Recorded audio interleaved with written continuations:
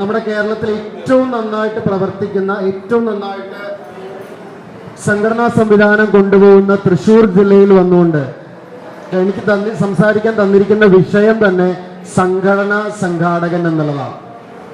മലപ്പുറം ജില്ലയിൽ അപേക്ഷിച്ച് നോക്കുമ്പോൾ തൃശ്ശൂർ ജില്ല, ഞങ്ങളുടെ ജില്ലയിലൊക്കെ സംവിധാനങ്ങൾ നടക്കുന്നുണ്ട്, പ്രവർത്തനങ്ങൾ നടക്കുന്നുണ്ട് എങ്കിൽ പോലും എപ്പോഴും നമ്മളൊക്കെ മുന്നിൽ കാണുന്നത്, നമ്മുടെ റെഫറൻസ് ആയിട്ട് നമ്മൾ എപ്പോഴും എടുക്കുന്നത് തൃശ്ശൂർ ജില്ലയുടെ പ്രവർത്തനങ്ങളാണ്. ഏതൊരു കാര്യം നടക്കുകയാണെങ്കിൽ അത് സേവന പ്രവർത്തനങ്ങളായിക്കോട്ടെ, അല്ലെങ്കിൽ മീറ്റിങ്ങുകളിലെ പങ്കാളിത്തമായിക്കോട്ടെ, അല്ലെങ്കിൽ സ്വന്തമായിട്ടുള്ള മാഗസിന്റെ പ്രവർത്തനങ്ങളായിക്കോട്ടെ, അല്ലെങ്കിൽ അതിൽ അവിടെ നിന്ന് ഉയർന്നു വന്ന ലീഡേഴ്സിനെ കുറിച്ചായിക്കോട്ടെ, ഏതൊക്കെ മേഖലകളിൽ നിന്ന് നോക്കുകയാണെങ്കിലും തൃശ്ശൂർ ജില്ലയെ മാറ്റി നിർത്തിക്കൊണ്ട് നമുക്കൊരു സംവിധാനത്തെ കുറിച്ച് ചിന്തിക്കാൻ പറ്റില്ല. അപ്പൊ അങ്ങനെയുള്ളൊരു ജില്ലയിൽ വന്നുകൊണ്ട് എന്തിനാണ് ഞാനൊരു സംഘടന എന്താണെന്നും സംഘാടകൻ എങ്ങനെയായിരിക്കണമെന്നും പറയേണ്ടത് എന്നുള്ളത് ഞാൻ എത്ര ആലോചിച്ചിട്ടും എനിക്ക് അങ്ങോട്ട് മനസ്സിൽ വന്നില്ല. ഒരുപാട് പ്രാവശ്യം ഒരുപാട് ആളുകളോട് ഞാൻ ചോദിച്ചു, എന്താണ് ഞാൻ പറയേണ്ടത്, എന്തിനെ കുറിച്ചാണ് പറയേണ്ടത്. അപ്പൊ സംഘടന എന്താണ് എന്നുള്ളതിനെ കുറിച്ചാണ് പറയേണ്ടത്, സംഘാടകൻ എങ്ങനെയായിരിക്കണം എന്നുള്ളതിനെ കുറിച്ചാണ് സംസാരിക്കേണ്ടതാണ് എനിക്ക് വിഷയം തന്നത്. സംഘടന നിങ്ങൾക്ക് എല്ലാവർക്കും അറിയുന്ന പോലെ സംഘടന എന്ന് പറഞ്ഞാൽ ഒരു സംഘം ആളുകളാണ്. ആ സംഘത്തിന് ഒരു ഘടന ഉണ്ടായിരിക്കണം. ഈ രണ്ട് കാര്യങ്ങളാണ് പ്രധാനമായിട്ട് നമുക്ക് സംഘടന എന്നുള്ളത് കൊണ്ട് ഉദ്ദേശിക്കുന്നത്. പ്രധാനമായി ആളുകൾ ഉണ്ടായിരിക്കണം, ആളുകളോടൊപ്പം തന്നെ അതിൻ്റെ ഒരു പ്രധാന ഘടനയും ഉണ്ടായിരിക്കണം. ഞാൻ എൻ്റെ അഭിപ്രായത്തിൽ പറയുകയാണെങ്കിൽ സംഘടനയ്ക്ക് പ്രധാനമായിട്ടും 4 കാര്യങ്ങൾ ഉണ്ടാവണം. 4 കാര്യങ്ങൾ. ഒന്ന്, സംഘടനയുടെ ഒരു പ്രശസ്തി ഉണ്ടാവണം. ഇവിടെ ഒരു സംഘടന ഉണ്ടാവേണ്ട ആവശ്യമുണ്ടോ? അങ്ങനെ ഒരു സംഘടനയുടെ ആവശ്യമുണ്ടെങ്കിൽ ആ സംഘടന നിലനിൽക്കും. ഉദാഹരണമായിട്ട് ആശാൻ പറഞ്ഞ പോലെ തന്നെ വളരെ മുമ്പ് 100 വർഷത്തോളമായ നമ്മുടെ സംഘടന ഇടക്കാലത്ത് പ്രവർത്തനങ്ങൾ നിന്നുപോയി. അന്ന് ആ സംഘടന ഉദ്ദേശിച്ചിരുന്ന ഉദ്ദേശ ലക്ഷ്യങ്ങളൊക്കെ തന്നെ ഒരുവിധം അത് അംഗീകരിച്ചാണെങ്കിൽ അത് പ്രാവർത്തികമാക്കിയതിന് ശേഷം പിന്നീട് അങ്ങോട്ട് എന്ത് ചെയ്യണം ആ സംഘടനയ്ക്ക് എന്നുള്ളൊരു ദിശാബോധം ഇല്ലാത്തത് കൊണ്ടായിരിക്കാം ചിലപ്പോൾ അത് അവിടെ ഒന്ന് സ്റ്റക്കായി നിന്ന് പോയി. പിന്നീട് സംഘടനയ്ക്ക് ഒരു ആവശ്യം വന്നു. പിന്നെ കുറച്ചു കാലങ്ങൾക്ക് ശേഷം ആ ആവശ്യബോധത്തിൽ നിന്ന് വീണ്ടും ഒരു കൂട്ടം ആളുകൾ, ഞാൻ അവരുടെ പേരുകളോ മറ്റ് ഡീറ്റെയിൽസിലേക്ക് ഒന്നും പോകുന്നില്ല, അങ്ങനെ കുറച്ച് ആളുകൾ കൂടിച്ചേർന്നുകൊണ്ട് ഒരു സംഘടനാ രൂപത്തിലേക്ക് വരികയും വീണ്ടും യോഗക്ഷേമ സഭ, അതിൻ്റെ പേരോ അതിൻ്റെ സ്ഥലമോ ഒന്നുമല്ല പ്രധാനം, വീണ്ടും ഒരു കൂട്ടായ്മ അവിടെ രൂപപ്പെടുകയാണ്. അവിടെ ഒരു ആവശ്യം വന്നു. അപ്പോൾ ഒരു സംഘടന മുന്നോട്ട് പോകണമെങ്കിൽ പ്രധാനമായിട്ട് നമുക്ക് വേണ്ടത് ആ സംഘടനയ്ക്കൊരു റെലവൻസ് ആണ്, ആവശ്യമാണ്, അത് ഉണ്ടാവണം. രണ്ടാമത്, സംഘടന കൊണ്ടുവരേണ്ടത്, ഈ സംഘടന ആവണമെന്നുണ്ടെങ്കിൽ ആ സംഘടനയിൽ ആളുകൾ വേണം, അംഗങ്ങൾ വേണം. ഞാനൊരു സംഘടന രൂപീകരിക്കുകയാണ്, എനിക്ക് 2-3 ആൾക്കാർ കൂട്ടി ഞാനൊരു സംഘടന രൂപീകരിച്ചുകൊണ്ട് ആ സംഘടന പ്രാവർത്തികമാവില്ല. സംഘടനയിൽ പ്രവർത്തിക്കാൻ വേണ്ടി സംഘടനയ്ക്ക് ആവശ്യമുള്ള ആളുകൾ, സംഘടനാ ബോധമുള്ള ആളുകളുടെ ഒരു കൂട്ടായ്മ വേണം. എന്നാൽ മാത്രമേ സംഘടന നിലനിൽക്കൂ. മൂന്നാമതായി പറയേണ്ടത് സംഘടനയ്ക്ക് ഒരു ലക്ഷ്യം വേണം, ഒരു ബൈലോ വേണം, ഒരു സ്ട്രക്ചർ വേണം. ഇത്രയും കാര്യങ്ങൾ ഈ സംഘടനയ്ക്ക് ഉണ്ടെങ്കിൽ അതിലൊരു സ്ട്രക്ചർ ഉണ്ടാവണം, നിയതമായിട്ടുള്ളൊരു ബൈലോ ഉണ്ടാവണം, നിയമങ്ങൾ ഉണ്ടാവണം. അങ്ങനെയൊക്കെ ഉള്ള ഒരു സംവിധാനത്തിനെ നമുക്ക് സംഘടന എന്ന് വിളിക്കാം, അല്ലെങ്കിൽ സംഘടനയ്ക്ക് വേണ്ട അത്യാവശ്യമായിട്ടുള്ളൊരു ഘടകം. ഇത്രയൊക്കെ ഉണ്ടായാലും സംഘടന നിലനിന്നോളണമെന്നില്ല. ഒരാവശ്യം വന്നു, കുറെ ആളുകൾ സംഘടിച്ചു, ആ സംഘടിച്ച ആളുകളൊക്കെ കൂടി കുറച്ച് നിയമാവലിയൊക്കെ തയ്യാറാക്കി ഇങ്ങനെയൊക്കെ സംവിധാനം ഉണ്ടാക്കിക്കൊണ്ട് സംഘടന മുന്നോട്ട് പോകില്ല. സംഘടനയെ മുന്നോട്ട് കൊണ്ടുപോകാൻ പറ്റിയ നേതൃത്വം കൂടി ഉണ്ടാവേണ്ട അത്യാവശ്യമാണ്. ഈ 4 പില്ലേഴ്സിലാണ് ഒരു സംഘടന മുന്നോട്ട് പോകുന്നത്. ഏത് സംഘടന ആയിക്കോട്ടെ, അത് യോഗക്ഷേമ സഭ ആയിക്കോട്ടെ, മറ്റ് NSS ആയിക്കോട്ടെ, മറ്റേത് ഓർഗനൈസേഷൻ ആണെങ്കിലും വേണ്ടത് ഇതാണ്. അപ്പൊ എവിടെയെങ്കിലും നമ്മുടെ സംഘടനയ്ക്ക് കുറച്ച് പുറകോട്ട് അടിക്കേണ്ടി വന്നിട്ടുണ്ടെങ്കിൽ ഈ 4 എണ്ണത്തിൽ ഏതിൻ്റെങ്കിലും ഒന്നിന്റെ കുറവ് കൊണ്ടായിരിക്കാം. ഒന്നുകിൽ ഒരാവശ്യം, റെലവൻസ് ഇല്ലായിരിക്കാം, അവിടെ ആ സംഘടന പ്രവർത്തിക്കേണ്ട ആവശ്യമില്ല. രണ്ടാമത്, നല്ല ആളുകൾ ഉണ്ടാവില്ല. മൂന്നാമത്, നല്ല വിഷണറി ആയിട്ടുള്ള നേതൃത്വം ചിലപ്പോൾ ഉണ്ടാവില്ല, അല്ലെ? ഇത്തരത്തിൽ ചിലപ്പോൾ നല്ലൊരു സ്ട്രോങ് ആയിട്ടുള്ള ബൈലോ ഉണ്ടാവില്ല. ഇങ്ങനെയുള്ള പല കാര്യങ്ങൾ കൊണ്ടൊക്കെ തന്നെ ആ സംഘടന മുന്നോട്ട് പോവാതിരിക്കാം. അപ്പൊ നമ്മുടെ മനസ്സിൽ ഉണ്ടാവേണ്ട ഒരേ ഒരു കാര്യം സംഘടനയുടെ റെലവൻസ് എന്താണ് എന്നുള്ളതാണ്. ഓക്കെ, അപ്പൊ അങ്ങനെ ഒരു സംഘടനയൊക്കെ ഉണ്ടായി കഴിഞ്ഞാൽ ആ സംഘടനയിൽ ഞാൻ വരേണ്ട ആവശ്യം എന്താ? യോഗക്ഷേമ സഭ എന്ന് പറയുന്ന ഒരു സംവിധാനമുണ്ട്. യോഗക്ഷേമ സഭ എന്ന സംവിധാനം പ്രവർത്തിച്ചു കൊണ്ടിരിക്കുന്നുണ്ട്. ബ്രാഹ്മണരെ, നമ്പൂതിരിമാരെ, കുറച്ച് ആളുകളൊക്കെ കൂടിക്കൊണ്ട് ഒരു സംവിധാനം ഇങ്ങനെ പ്രവർത്തിക്കുന്നു. അതിന് ജില്ലാ കമ്മിറ്റികളുണ്ട്, അല്ലെങ്കിൽ അതിന് നമ്മുടെ പറയുന്ന പോലെ ഉപസഭകളുണ്ട്, കേന്ദ്ര കമ്മിറ്റികളുണ്ട്, ഇതൊക്കെയുണ്ട്.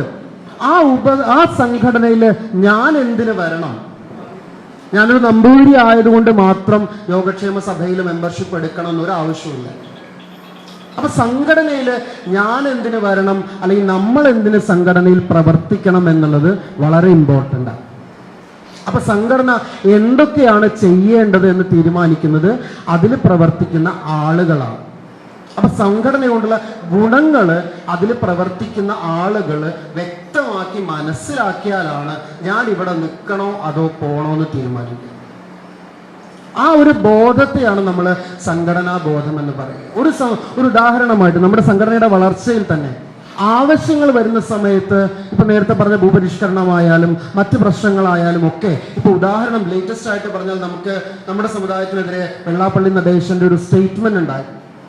ആ സ്റ്റേറ്റ്മെന്റ് പോലും നമുക്കൊക്കെ ചിലപ്പോൾ നമുക്കതൊരു വികാരം കൊണ്ട് നമുക്ക് അതൊരു എന്താ പറയുക, ഒരു പബ്ലിക് ഡൊമൈനിൽ വന്ന് പറയാനൊക്കെ ഒരു ആർജവമൊക്കെ ഉണ്ടാവും. നമ്മളെ കൂട്ടുകാരടുത്ത് നമ്മൾ ഇരിക്കുന്ന നമ്മുടെ ആ കളക്റ്റീവായിട്ടുള്ള സ്ഥലങ്ങളിലൊക്കെ നമ്മൾ പ്രവർത്തിക്കും, അത് പറയുകയും ചെയ്യും. പക്ഷെ അതൊന്നും ഒരു റിസൾട്ട് ഉണ്ടാവില്ല. അപ്പൊ അങ്ങനെ റിസൾട്ട് ഉണ്ടാവണമെങ്കിൽ ഒരു കളക്റ്റീവായിട്ടുള്ള ഒരു സംഘടനയുടെ പിൻബലത്തോടു കൂടി ആ സംഘടന അത് അവതരിപ്പിക്കുമ്പോഴാണ് അതിലൊരു മാറ്റം ഉണ്ടാവുക, അല്ലെങ്കിൽ കുറച്ചാളുകളുടെ വികാരത്തെ അത് വ്രണപ്പെടുന്നുണ്ട് എന്നുള്ള ഒരു ബോധം, പൊതുബോധം ഉണ്ടാവുക. അപ്പൊ ഇത്തരത്തില് നമുക്കുണ്ടാവുന്ന ഇൻഡിവിജ്വൽ ആയിട്ടുള്ള വിഷയങ്ങളും നമ്മുടെ സമൂഹത്തിനെ മൊത്തമായി ബാധിച്ചുകൊണ്ടിരിക്കുന്ന വിഷയങ്ങളിലും നമ്മളെ സഹായിക്കാനും നമുക്കൊരു ആശ്രയമാവാനും ഒക്കെ നമുക്കൊരു സംഘടന നിർബന്ധമാണ്. അത് എസ്പെഷ്യലി നമ്മുടെ പ്രശ്നങ്ങൾ, നമ്മൾ അഭിമുഖീകരിക്കുന്ന പ്രശ്നങ്ങൾ മാത്രം സോൾവ് ചെയ്യാൻ, നമ്മുടെ കാര്യങ്ങൾ മാത്രം അറിയുന്ന നമ്മളെ കൂട്ടായ്മകൾ അത്യാവശ്യമാണ്. ഇതാണ് സംഘടനയുടെ ഒരു റെലവൻസ് എന്ന് പറയുന്നത്. അപ്പൊ ഇന്ന് നമ്മുടെ സമൂഹത്തിൽ ഞാൻ 18 വയസ്സ് തികഞ്ഞ സമയത്ത് യോഗക്ഷേമ സഭയുടെ മെമ്പർഷിപ്പ് എടുത്താണ്. അന്ന് മുതൽ ഇന്ന് വരെ, ഇന്ന് ഈ പറയുന്ന സമയം വരെ, ഏകദേശം എൻ്റെ പ്രായം ഞാൻ പറയുന്നില്ല എങ്കിലും 10, 20, 25 വർഷത്തിന് മുകളിലായിട്ട് യോഗക്ഷേമ സഭയുടെ എല്ലാ പ്രവർത്തനങ്ങളിലും ഞാൻ പങ്കെടുക്കുന്നത്. എൻ്റെ ജില്ലയിൽ ഏറ്റവും കുറഞ്ഞ പ്രവർത്തനങ്ങളിലെ ഒരു ഉപസഭയാണ് ഞാൻ വർക്ക് ചെയ്യുന്ന ഉപസഭ, ഞാൻ ഉൾപ്പെടെ. എങ്കിലും എല്ലാ മീറ്റിങ്ങുകളിലും വളരെ കറക്റ്റായിട്ട് ചെല്ലാറുമുണ്ട്, പറയുന്നത് കേൾക്കാറുമുണ്ട്. അത്തരത്തിലൊരു യോഗക്ഷേമ സഭയുടെ ഒപ്പം സഞ്ചരിച്ചു കൊണ്ടുവന്നിരുന്ന ഒരാളാണ് ഞാൻ. അപ്പൊ അതുകൊണ്ട് തന്നെ ഈ യോഗക്ഷേമ സഭയുടെ ആവശ്യം എന്താന്നുള്ളത് എനിക്ക് നല്ല ബോധ്യമുണ്ട്. നമ്മൾ യോഗക്ഷേമ സഭയിൽ പ്രവർത്തിക്കുന്നത് കൊണ്ട് നമുക്ക് കിട്ടുന്ന നേട്ടങ്ങൾ എന്തൊക്കെയാന്നുള്ളതിനെ കുറിച്ച് നല്ല ബോധ്യം. അപ്പൊ നമ്മൾ മനസ്സിലാക്കേണ്ട കാര്യം, നമ്മൾ പ്രവർത്തിച്ചത് കൊണ്ട് സഭയ്ക്കല്ല നേട്ടം. പലപ്പോഴും നമ്മൾ അങ്ങനെയാണ് ചിന്തിക്കുന്നത്. ഞാൻ പ്രവർത്തിക്കുന്നുണ്ട്, സഭയിലാണ് പ്രവർത്തിക്കുന്നത്, അതുകൊണ്ട് യോഗക്ഷേമ സഭയ്ക്ക് എന്ത് നേട്ടം? യോഗക്ഷേമ സഭയ്ക്ക് വേണ്ടിയിട്ടല്ല. സഭയുടെ സംഘടനകൾ നിലനിൽക്കുന്നത് ഒരിക്കലും സംഘടനയുടെ ആശയങ്ങൾക്ക് വേണ്ടിയിട്ടല്ല, നമുക്ക് വേണ്ടിയിട്ടാണ്. ഞാൻ ഈ സംഘടനയിൽ ഇത്ര കാലം പ്രവർത്തിച്ചു വന്നതുകൊണ്ടാണ് എനിക്ക് ഇന്ന് നിങ്ങളുടെ മുമ്പിൽ ഈ വേദിയിൽ വന്ന് ഒരു വിഷയം സംസാരിക്കാനുള്ള അവസരമുണ്ടാകും.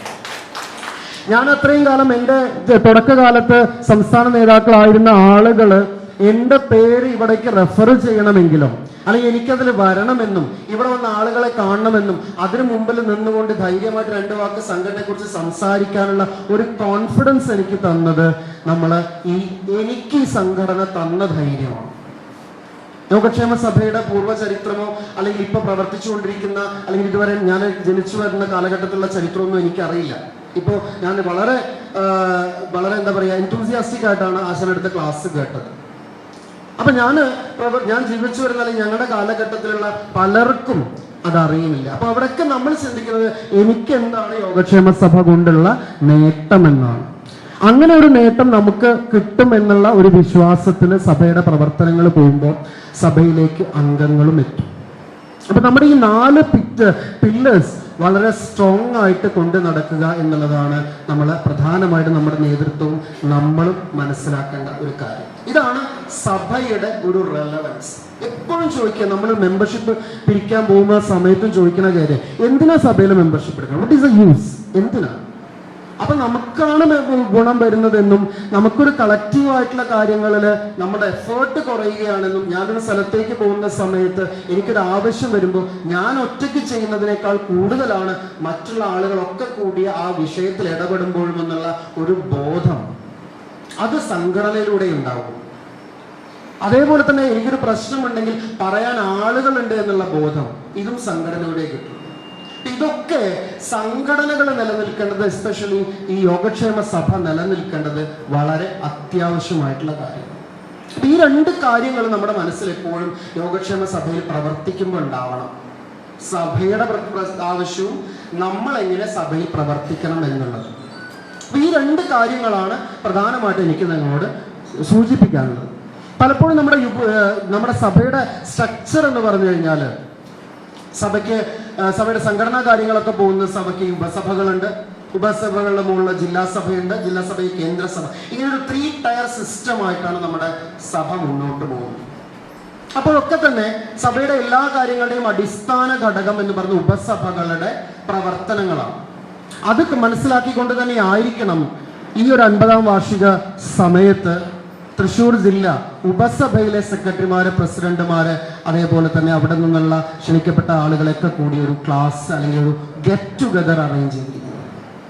ഞാനിവിടെ മനസ്സിലാക്കുന്നത്, ക്ലാസ്സോ ഇവിടെ വന്ന് പറയുന്ന ആളുകളുടെ ആശയങ്ങളോ ഇവിടെ നിന്ന് പറയുന്ന വാദങ്ങളോ പ്രതിവാദങ്ങളോ ഒന്നുമല്ല.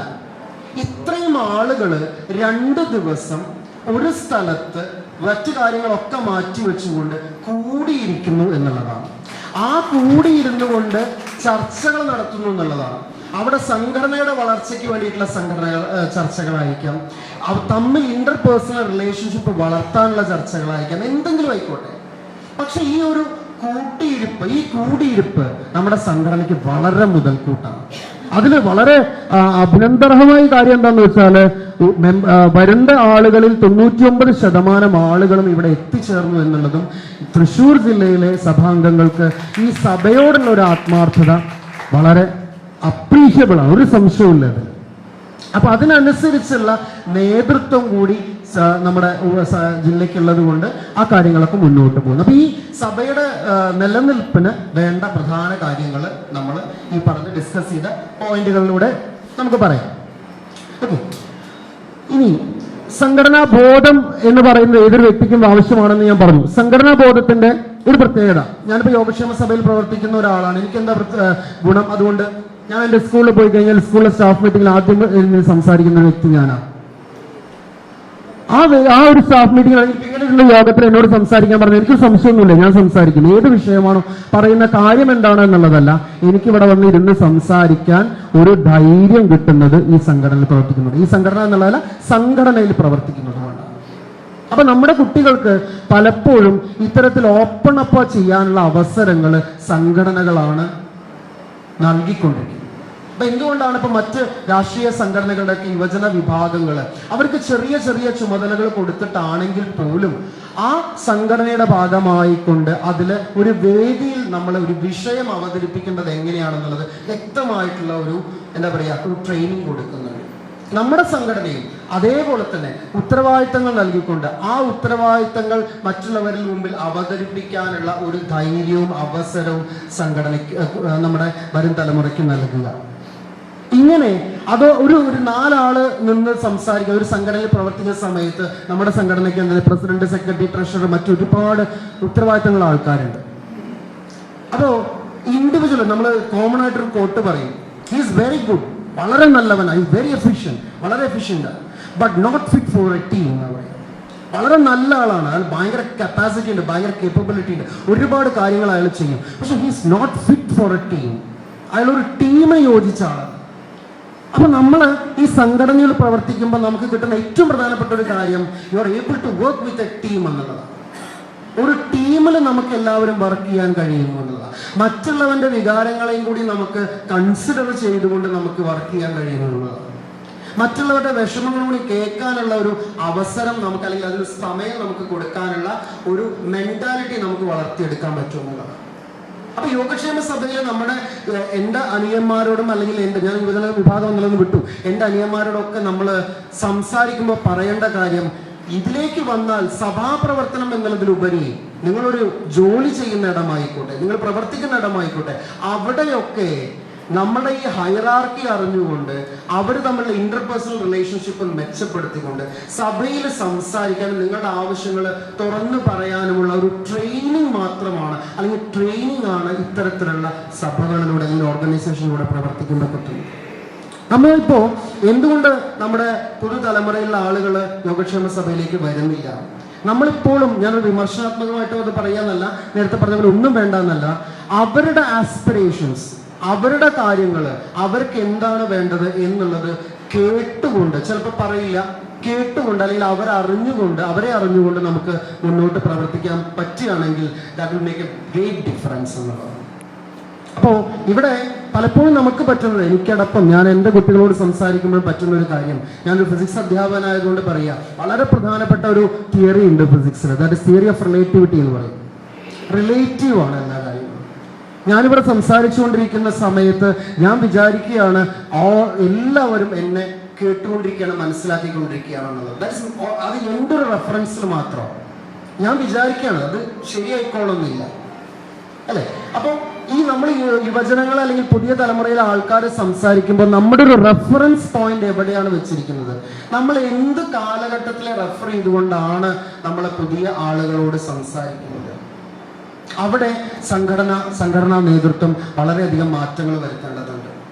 അപ്പൊ ആ റെഫറൻസ് പോയിന്റ് നമ്മൾ പുതിയ ജനറേഷൻ അനുസരിച്ച് അവർക്ക് ആവശ്യമായിട്ടുള്ള കാര്യങ്ങളും എന്നാൽ നമ്മളൊപ്പം വരുന്ന രീതിയിലുമുള്ള സംഘടനാ മാറ്റങ്ങൾ, സംഘടനാ പ്രവർത്തന രീതികൾ നമ്മുടെ സംഘടനയിൽ കൊണ്ടുവരേണ്ടതുണ്ട്.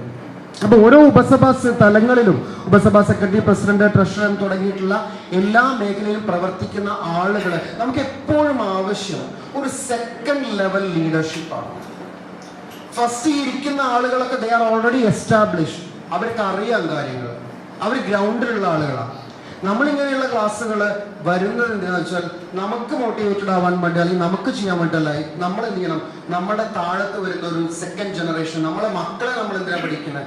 നമ്മൾ പോയാലും ആ സംവിധാനം അവിടെ നിലനിൽക്കാൻ വേണ്ടിയിട്ടാണ് അവർ ഇൻവെസ്റ്റ് ചെയ്യുന്നത്. എന്ന പോലെ നമ്മുടെ സെക്കൻഡ് ജനറേഷനെ വാർത്തെടുക്കാൻ, അവരുടെ ആസ്പിറേഷൻസിനെ ഫീൽ ചെയ്യുന്ന രീതിയിലുള്ള പ്രോഗ്രാമുകളും സംവിധാനങ്ങളും നമ്മുടെ ഉപസഭകളിൽ ചർച്ച ചെയ്തുകൊണ്ട് തീരുമാനമെടുക്കണം. അതും വളരെ ഇമ്പോർട്ടൻ്റ് ആണ്. ചർച്ച ചെയ്തുകൊണ്ട് തീരുമാനമെടുക്കണം. നമ്മളെ ഒരു സംഘടനയുടെ വളർച്ചയ്ക്ക്, ഒരു നേതാവിന്റെ വളർച്ചയ്ക്ക് ഏറ്റവും വലിയ ഇമ്പോർട്ടൻ്റ് ആയിട്ടുള്ള കാര്യമാണ് ബി എ ഗുഡ് ലിസണർ. നല്ലൊരു കേൾവിക്കാരനാവുക എന്നുള്ളതാണ്. നമ്മൾ തീരുമാനങ്ങളൊന്നും പറയണ്ട, അവരുടെ വിഷയങ്ങൾ, അവരുടെ കാര്യങ്ങളൊക്കെ നന്നായിട്ട് കുറച്ചു നേരം നമ്മൾ കേൾക്കാനുള്ള ഒരു സന്നദ്ധത ഉണ്ടാവുക. B A good listener. നല്ലൊരു ലിസണർ ആയാൽ തന്നെ ഒരുപാട് പ്രശ്നങ്ങൾ തീരും. നമ്മുടെ സംഘടനയും അതാ ചെയ്യേണ്ടത്. B A good listener. നമ്മുടെ ഉപസഭാ സെക്രട്ടറിമാരും പ്രസിഡന്റുമാരും അതാ വേണ്ടത്. B A good listener. ഇന്നലെ അത് ഇവിടെ അവതരിപ്പിക്കാൻ പറ്റുമെന്ന് എനിക്കറിയില്ല. ഇന്നലെ മലപ്പുറം ജില്ലയുടെ ഒരു ഉപസഭയിലെ ഒരു പ്രസിഡന്റ് രാജി വെക്കണം എന്നുള്ളൊരു, അല്ലെങ്കിൽ രാജി കൊടുക്കുക എന്നുള്ളൊരു നിർദ്ദേശം വെച്ചു. അപ്പൊ അദ്ദേഹമായിട്ട് ഞാൻ വിളിച്ച സമയത്ത് അദ്ദേഹം പറഞ്ഞ കാര്യങ്ങൾ എന്താ വെച്ചാൽ, അദ്ദേഹത്തിന് ഇല്ലാത്തൊരു ഫംഗ്ഷൻ നടന്നിരുന്നു.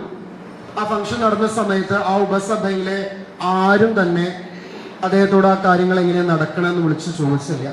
എന്തെങ്കിലും ആവശ്യം ഞങ്ങളുടെ ഭാഗത്ത് നിന്ന് ഉണ്ടാവേണ്ടതുണ്ടോ എന്ന് വിളിച്ച് ചോദിച്ചില്ല. അതേപോലെ എനിക്കൊരു പ്രശ്നമില്ല, ഞാൻ അവിടെ ഗ്രന്ഥശാല സംഘത്തിന്റെ പ്രസിഡന്റാണ്, മറ്റ് സംവിധാനങ്ങളുടെ ഒക്കെ പ്രസിഡന്റാണ്. അവരൊക്കെ വന്ന് എൻ്റെ ഇല്ലത്ത് നടക്കേണ്ട ആ കാര്യം വളരെ ഗംഭീരമായി നടത്തി തന്നുണ്ട്.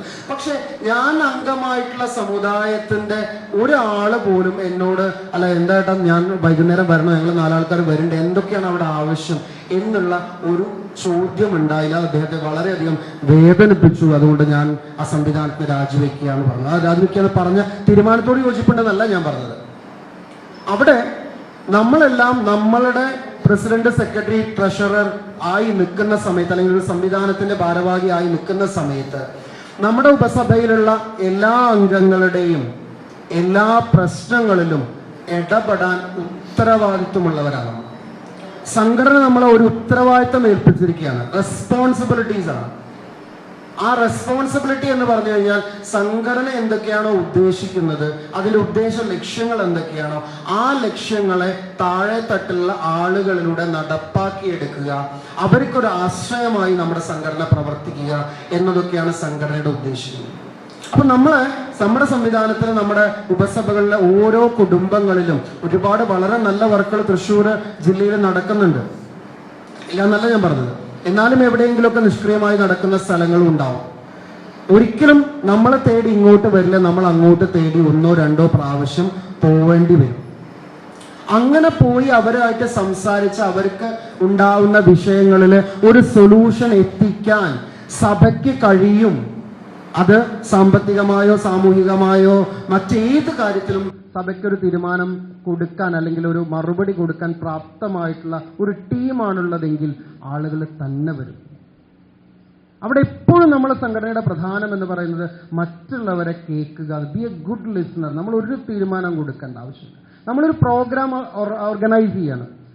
നമ്മളൊരു പ്രോഗ്രാം ഓർഗനൈസ് ചെയ്യുന്ന സമയത്ത് ആ പ്രോഗ്രാം ഓർഗനൈസ് ചെയ്യുന്ന ഞാൻ ഇങ്ങനെയൊക്കെയാണ്, ഞങ്ങൾ ഇങ്ങനെയാണ് പ്ലാൻ ചെയ്തിട്ടുള്ളത് എന്ന് പറയുന്നതിലുപരി ഒരു 5-10 ഡിസ്കഷനിലേക്ക് വരുത്തുക. ആ ഡിസ്കഷനിൽ ഒരു തീരുമാനം വരും, ഇങ്ങനെയൊക്കെയാണ് നടത്തേണ്ടത്. അതിൽ നമ്മൾ മാറ്റങ്ങൾ കൂട്ടിച്ചേർക്കലുകളൊക്കെ വേണ്ടി വരും. പക്ഷേ അവിടെയും ഞാനും അതിൻ്റെ ഒരു ഭാഗമായി എന്നെയും കേട്ടു എന്നുള്ള ഒരു ചിന്ത എൻ്റെ മനസ്സിലുണ്ടാവും. അപ്പം ഞാൻ ഓട്ടോമാറ്റിക്കലി അതുമായിട്ട് സഹകരിക്കാനുള്ള ഒരു ടെൻഡൻസി എൻ്റെ അടുത്തുണ്ടാവും. അപ്പോൾ ഈ സംഘടനാ നേതൃത്വത്തിന്റെ ഭാഗത്ത്, അത് സ്റ്റേറ്റ് മുതലാണെങ്കിലും മറ്റെല്ലാ ഭാഗങ്ങളിലാണെങ്കിലും ബി എ ഗുഡ് ലിസണർ എന്നുള്ളതാണ്. രണ്ടാമത്തെ അപ്രോച്ചബിൾ ആവണം നമ്മളെല്ലാവരും. നമ്മൾ സംഘടനയുടെ സെക്രട്ടറി പ്രസിഡന്റ്, ഞാൻ അങ്ങനെ വീണ്ടും വീണ്ടും പറയുന്നില്ല, ഉത്തരവാദിത്തപ്പെട്ടുള്ള ആളുകളൊക്കെ തന്നെ അപ്രോച്ചബിൾ ആവണം. നമ്മൾ എന്ന് പറഞ്ഞാൽ നമ്മളെ വിളിച്ച് ഏത് പാതിരാത്രിക്കും ഒരു കാര്യം പറയാൻ അവർക്ക് മടി ഉണ്ടാവാൻ പാടില്ല.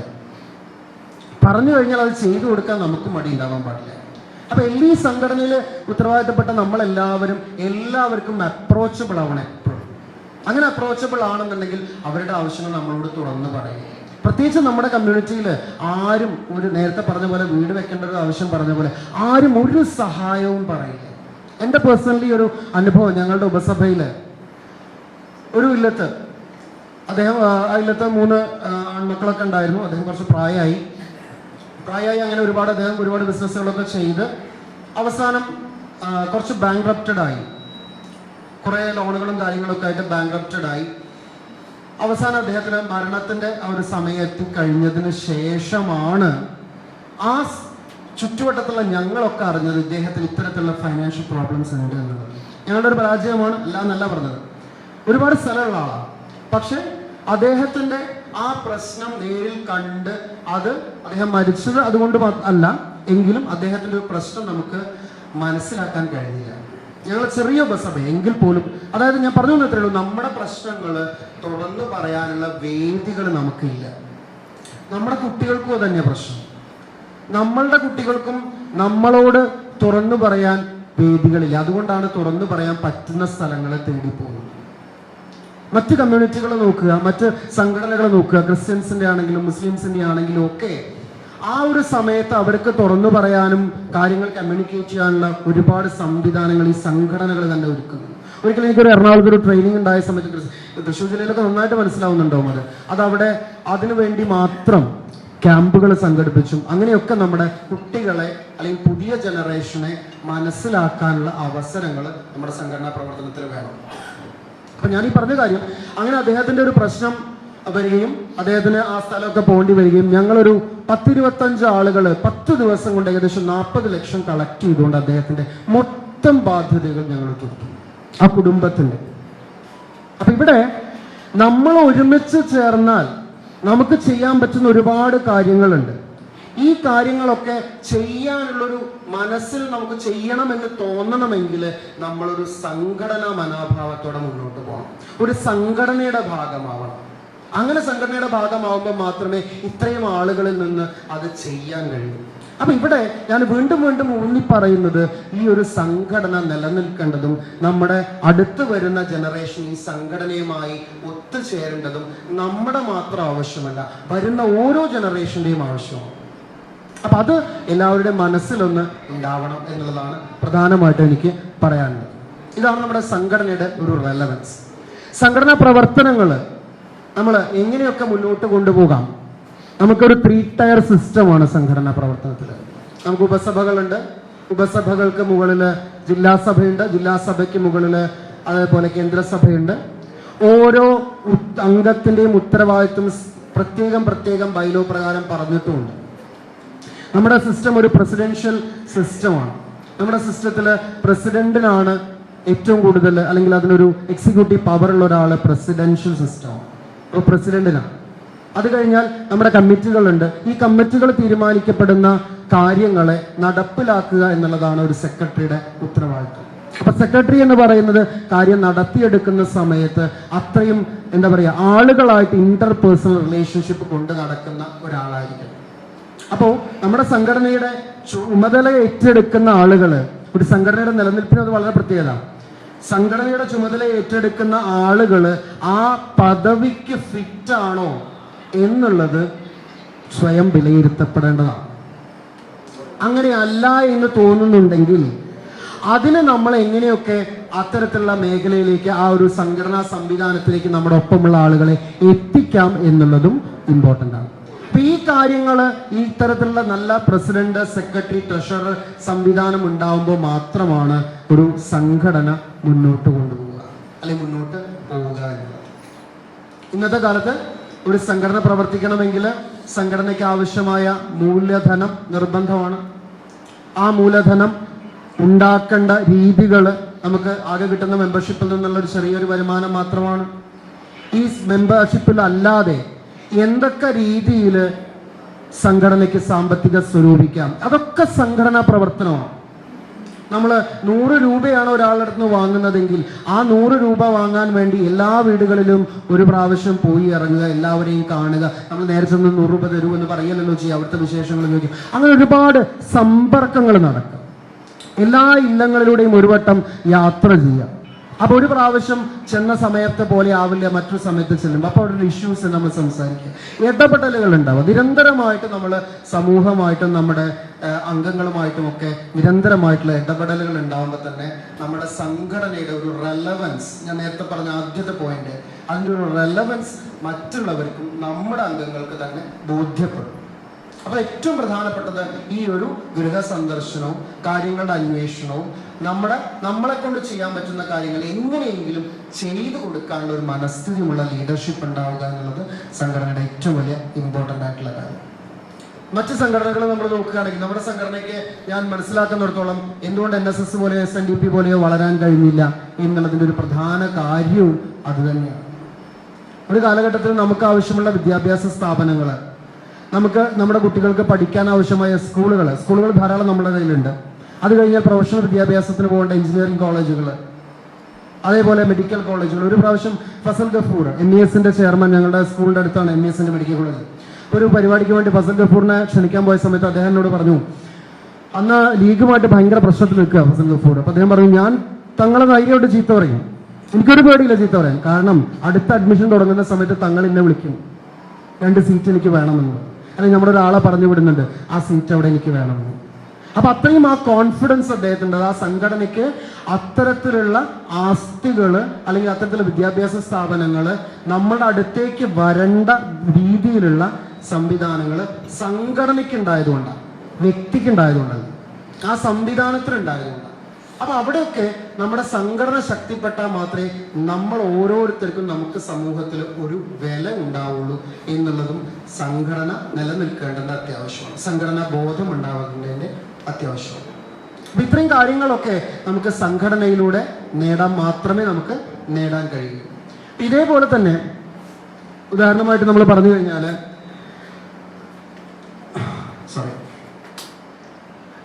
നമ്മുടെ സംഘടനയ്ക്ക്, നമ്മുടെ ലീഡേഴ്സ് ഇപ്പൊ നമ്മൾ മനസ്സിലാക്കുന്ന നമ്മുടെ ലീഡേഴ്സ് പഴയ ഒരു കൺവെൻഷണൽ രീതിയിലല്ല നമ്മുടെ എല്ലാ ലീഡേഴ്സിന്റെയും പ്രവർത്തനങ്ങൾ ശരിക്കും പോകുന്നത്.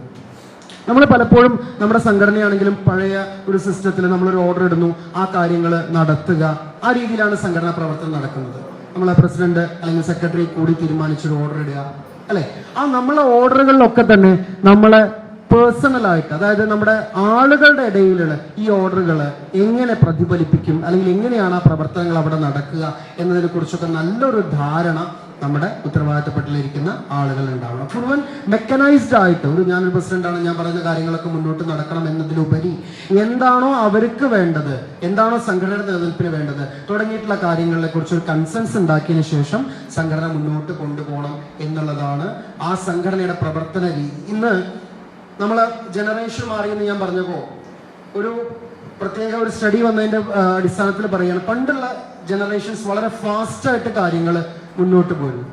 ഇന്നിപ്പോൾ ഒരു തീരുമാനം പറഞ്ഞു നാളത്തേക്ക് ഇന്ന കാര്യങ്ങൾ ചെയ്യണം എന്ന് പറഞ്ഞാൽ നാളത്തേക്ക് പൂർണ്ണമായിട്ട് ചെയ്യുന്ന ഒരു ജനറേഷനായിരുന്നു, അല്ലെങ്കിൽ ചെയ്തില്ലെങ്കിൽ ഭയങ്കര പേടിയുള്ള ഒരു ജനറേഷനായിരുന്നു. പക്ഷെ ഇന്നത്തെ ജനറേഷൻ അങ്ങനെയല്ല. സ്റ്റഡികൾ പറയുന്നത് എല്ലാം സ്ലോ ആയിട്ട് ചെയ്യാൻ താല്പര്യമുള്ള ആളുകളാണ്. എല്ലാം സ്ലോ ആയിട്ട് ചെയ്യാൻ, അത് അവർക്ക് ചെയ്യാൻ പറ്റാത്തത് കൊണ്ടല്ല, പക്ഷെ അവർ വളരെ സ്ലോ ആയിട്ടാണ് എല്ലാ കാര്യങ്ങളും ചെയ്യാൻ ഉദ്ദേശിക്കുന്നത്. അവരുടെ കാര്യങ്ങളാണെങ്കിലും അവരുടെ ഈ പറഞ്ഞ പോലെ യാത്രകളായിരുന്നു ആ രീതിയിലൊക്കെ വളരെ സ്ലോ ആയിട്ട്. അപ്പൊ നമുക്ക് പഴയൊരു ജനറേഷനിൽ നിൽക്കുന്ന ആളുകൾക്ക് ചിലപ്പോൾ ഒരു കാര്യം പറഞ്ഞാൽ സഡൻ റെസ്പോൺസ് വന്നില്ലെങ്കിൽ എന്താ അവരിങ്ങനെ തോന്നിപ്പോവാം, അല്ലെങ്കിൽ എന്താണ് അവർക്ക് അങ്ങനെ സംഭവിക്കുന്നത് എന്ന് തോന്നിപ്പോവാം. പക്ഷെ നമ്മുടെ ഒരു ട്രാൻസിഷൻ പീരീഡിലാണെന്നും നമ്മുടെ സംഘടനയെ നയിക്കുന്ന ആളുകൾ, നമ്മുടെ ഉത്തരവാദിത്തപ്പെട്ട ആളുകളൊക്കെ തന്നെ ആ കാര്യത്തിൽ നമ്മളുടെ ഒരു ശ്രദ്ധ വേണം. അവരുടെ ലൈഫ് സ്റ്റൈൽ എങ്ങനെയാണ്, അല്ലെങ്കിൽ അവരെങ്ങനെയാണ്, ഏത് കാലഘട്ടത്തിലൂടെയാണ് പോയിക്കൊണ്ടിരിക്കുന്നത്, അവരോട് നമ്മൾ അഡാപ്റ്റ് ചെയ്ത് അല്ലെങ്കിൽ അവരോട് കൂടി ചേർന്ന് അവരെ ഒന്നിച്ചു കൊണ്ടുവരാനുള്ള ഒരു ലീഡർഷിപ്പിന്റെ ശ്രമം കൂടി സംഘടനാ പ്രവർത്തനത്തിന്റെ ഭാഗമായിട്ട് ഉണ്ടാവണം. പിന്നെ സംഘടനാ പ്രവർത്തനത്തിന്റെ ഭാഗമായിട്ട് നേരത്തെ നമ്മൾ സൂചിപ്പിച്ച പോലെ ഒരു ഇല്ലത്ത് നടക്കുന്ന ഏതൊരു കാര്യത്തിനും, ഉദാഹരണം നേരത്തെ സൂചിപ്പിച്ചപ്പോൾ, നേരത്തെ ഞാൻ സംസാരിച്ച പോലെ മരണവുമായി ബന്ധപ്പെട്ട് ഏറ്റവും അടിസ്ഥാനപരമായിട്ട് വരുന്ന പ്രശ്നം മരണമാണ്.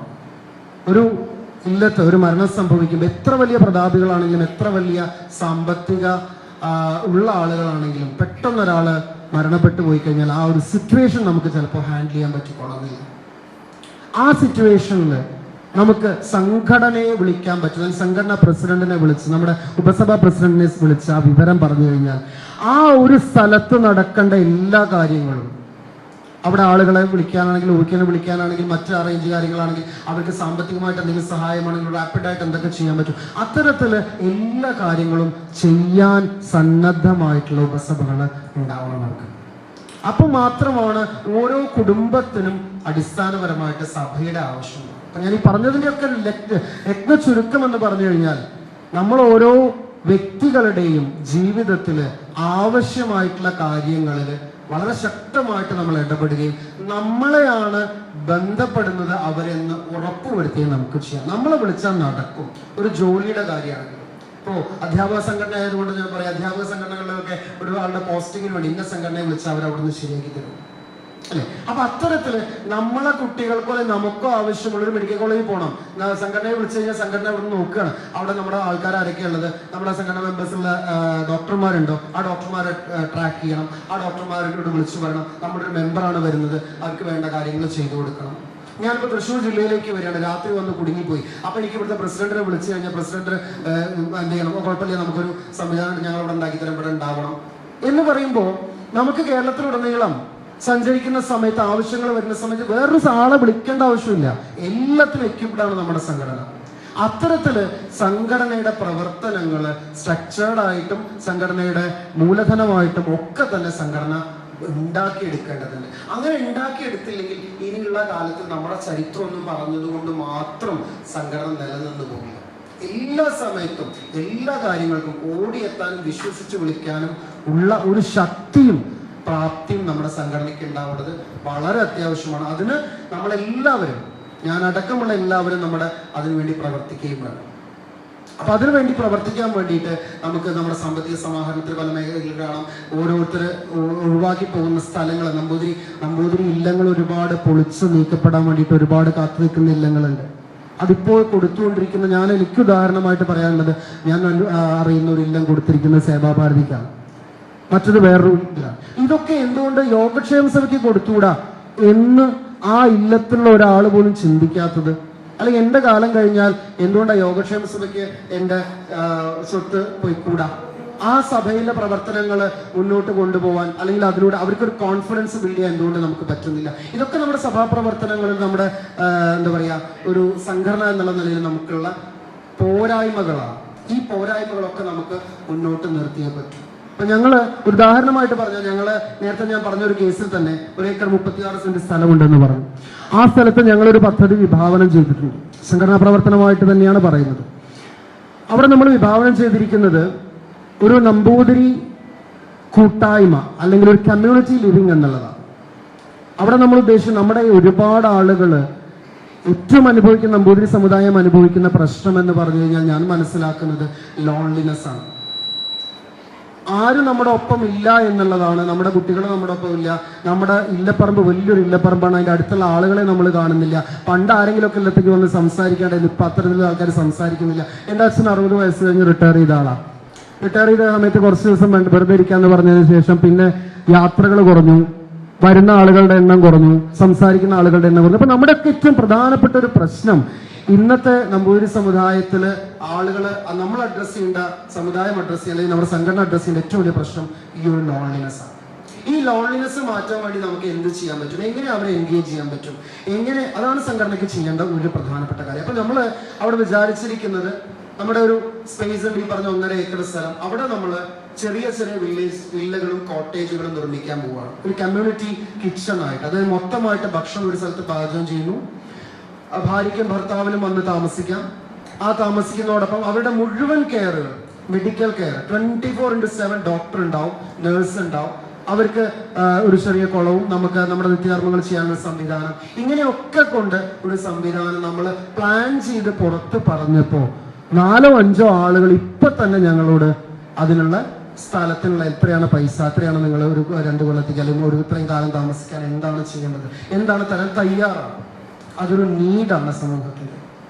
രണ്ടാമത്തെ ഒരു പ്രശ്നം, നമ്മളൊക്കെ മരണം ഉണ്ടാവുന്ന സമയത്ത് അല്ലെങ്കിൽ മറ്റു കുടുംബങ്ങളിൽ മരണം ഉണ്ടാവുന്ന സമയത്ത് ഒരു സ്ഥലത്ത് സംസ്കരിക്കാനുള്ള ബുദ്ധിമുട്ട് പല സ്ഥലങ്ങളിലും അനുഭവപ്പെടുന്നു. ഇന്നാളത് പറയുന്നത് കേട്ട്, കോഴിക്കോട് 5 ഏക്കറോ 6 ഏക്കറോ ഇല്ലത്താണ് ഇല്ല നിൽക്കുന്നത്. അവിടെ ഒരാൾ മരിച്ചു കഴിഞ്ഞപ്പോൾ അവിടെ സംസ്കരിക്കാൻ പറ്റിയില്ല. കാരണം അടുത്തുള്ള ആളുകൾ അതിന് കംപ്ലൈന്റ് ചെയ്തു, സംസ്കരിക്കാൻ പറ്റില്ല എന്ന് പറഞ്ഞിട്ട്. സ്ഥലമൊക്കെ ഇഷ്ടം പോലെ ഉണ്ട്. അപ്പൊ ഇന്ന് അത് സമൂഹത്തിനൊരു ആവശ്യകതയാണ്. നമുക്ക് കോമൺ ആയിട്ടുള്ള ശ്മശാനങ്ങൾ വേണ്ടി വരും. അവിടെ നമ്മുടെ ചടങ്ങുകളൊക്കെ ചെയ്യാനും കഴിപ്പിക്കാനും കാര്യങ്ങളൊക്കെ ചെയ്യുന്ന സംവിധാനം കുറേശ്ശെ 1-2 ഒക്കെ ഉണ്ട്. നമുക്ക് എല്ലാ ഉപസഭാടിസ്ഥാനത്തിൽ ചിലപ്പോൾ വേണ്ടി വരും, അല്ലെങ്കിൽ ജില്ലക്കെങ്കിലും അത്തരത്തിലുള്ള സംവിധാനങ്ങൾ വേണ്ടി വരും. ഞാൻ ഈ പറഞ്ഞത് മുഴുവൻ സഭയുടെ പ്രവർത്തനങ്ങൾ, സംഘടന എന്നുള്ള നിലയിൽ നമ്മളെ ഈ നമ്പൂരിമാരുടെ ഇടയിൽ ആവശ്യമുള്ള കാര്യങ്ങളാണ്. ഇത്തരത്തിലൊക്കെ പ്രവർത്തനങ്ങളിൽ നമ്മൾ ഓരോരുത്തരും ശ്രദ്ധ ചെലുത്തുകയാണെങ്കിൽ ആ സഭയിലേക്ക് ഒരുപാട് ആളുകൾ എത്തും. അവർ നമ്മളോടൊപ്പം പ്രവർത്തിക്കും. നമ്മുടെ സംഘടന മറ്റ് സംഘടന പോലെ NSSO SNDPO എന്ന് അവർ പ്രതാപത്തിൽ പറയുന്ന പോലെയുള്ള രീതിയിലേക്ക് നമ്മുടെ സംഘടന മാറുകയും ചെയ്യും. ഒരു കാര്യം കൂടി പറയാം. കഴിഞ്ഞ ഓണക്കാലത്ത് ഞങ്ങളൊരു ഓണക്കിറ്റ് വിതരണം നടത്തിയിരുന്നു. എല്ലാ ജില്ലകളിലും നടത്തുന്നുണ്ടാവും, എല്ലാ ഉപസഭകളിലൊക്കെ നടത്തുന്നുണ്ടാവും. അന്ന് ഞാൻ മലപ്പുറം ജില്ലയിൽ നടത്തിയപ്പോൾ ഞാനൊരു നിർദ്ദേശം ആദ്യം അങ്ങോട്ട് വെച്ചു.